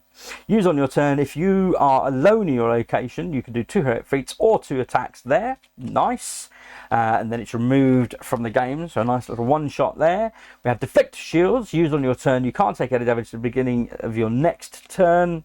And then it's removed from the game for War Machine. For the same, use on your turn the Omni Beam. If you didn't attack, deal unpreventable triple attack against a villain or henchman in an adjacent location. And then it's removed from the game. And then finally, War Machine Stealth Field Generator. Use on your turn. You can move or ignore the first damage that you would take on the next villain turn. And then flip it down. You can recharge it by discarding an action token. Wow, what a lot of specific character equipment cards came with that. So the one last thing that I mentioned that came in this flipping extravaganza of a box. Let's get real, folks. Wow, what a box of amazing content, and it's just taken me hours, quite literally, to sit and go through and film all of the amazing contents that come in here. I can only apologise I didn't have the backstory of all these characters, but I'm sure again you'd appreciate the amount of time it would take to go through all of that. So you do get additional team decks in here as well. So we get Shield, Red Hulk's Thunderbolts, which will soon be coming to the big screen. Really excited for that. Starjammers, which we've seen certainly in the animations. Will we see them on the big screen? Yet to see. Midnight Suns, which I'm definitely hoping will come to the big screen. Sword Bearers of Krakoa, not come across those at all.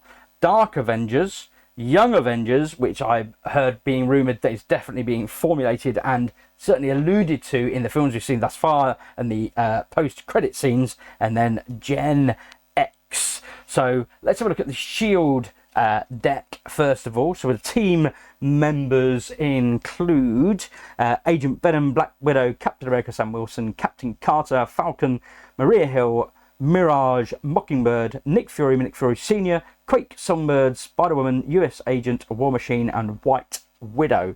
So it consists of 6 cards. So we have helicarriers. Each hero may immediately move to a location adjacent to them and then attack. Helicarriers with a heroic feat. We have the medical team. Each hero in your location may draw 1 card if they have less than 3 in their hand with a move. Shield operatives, they may attack in each location with at least 1 civilian, so they're looking after the people. Field training.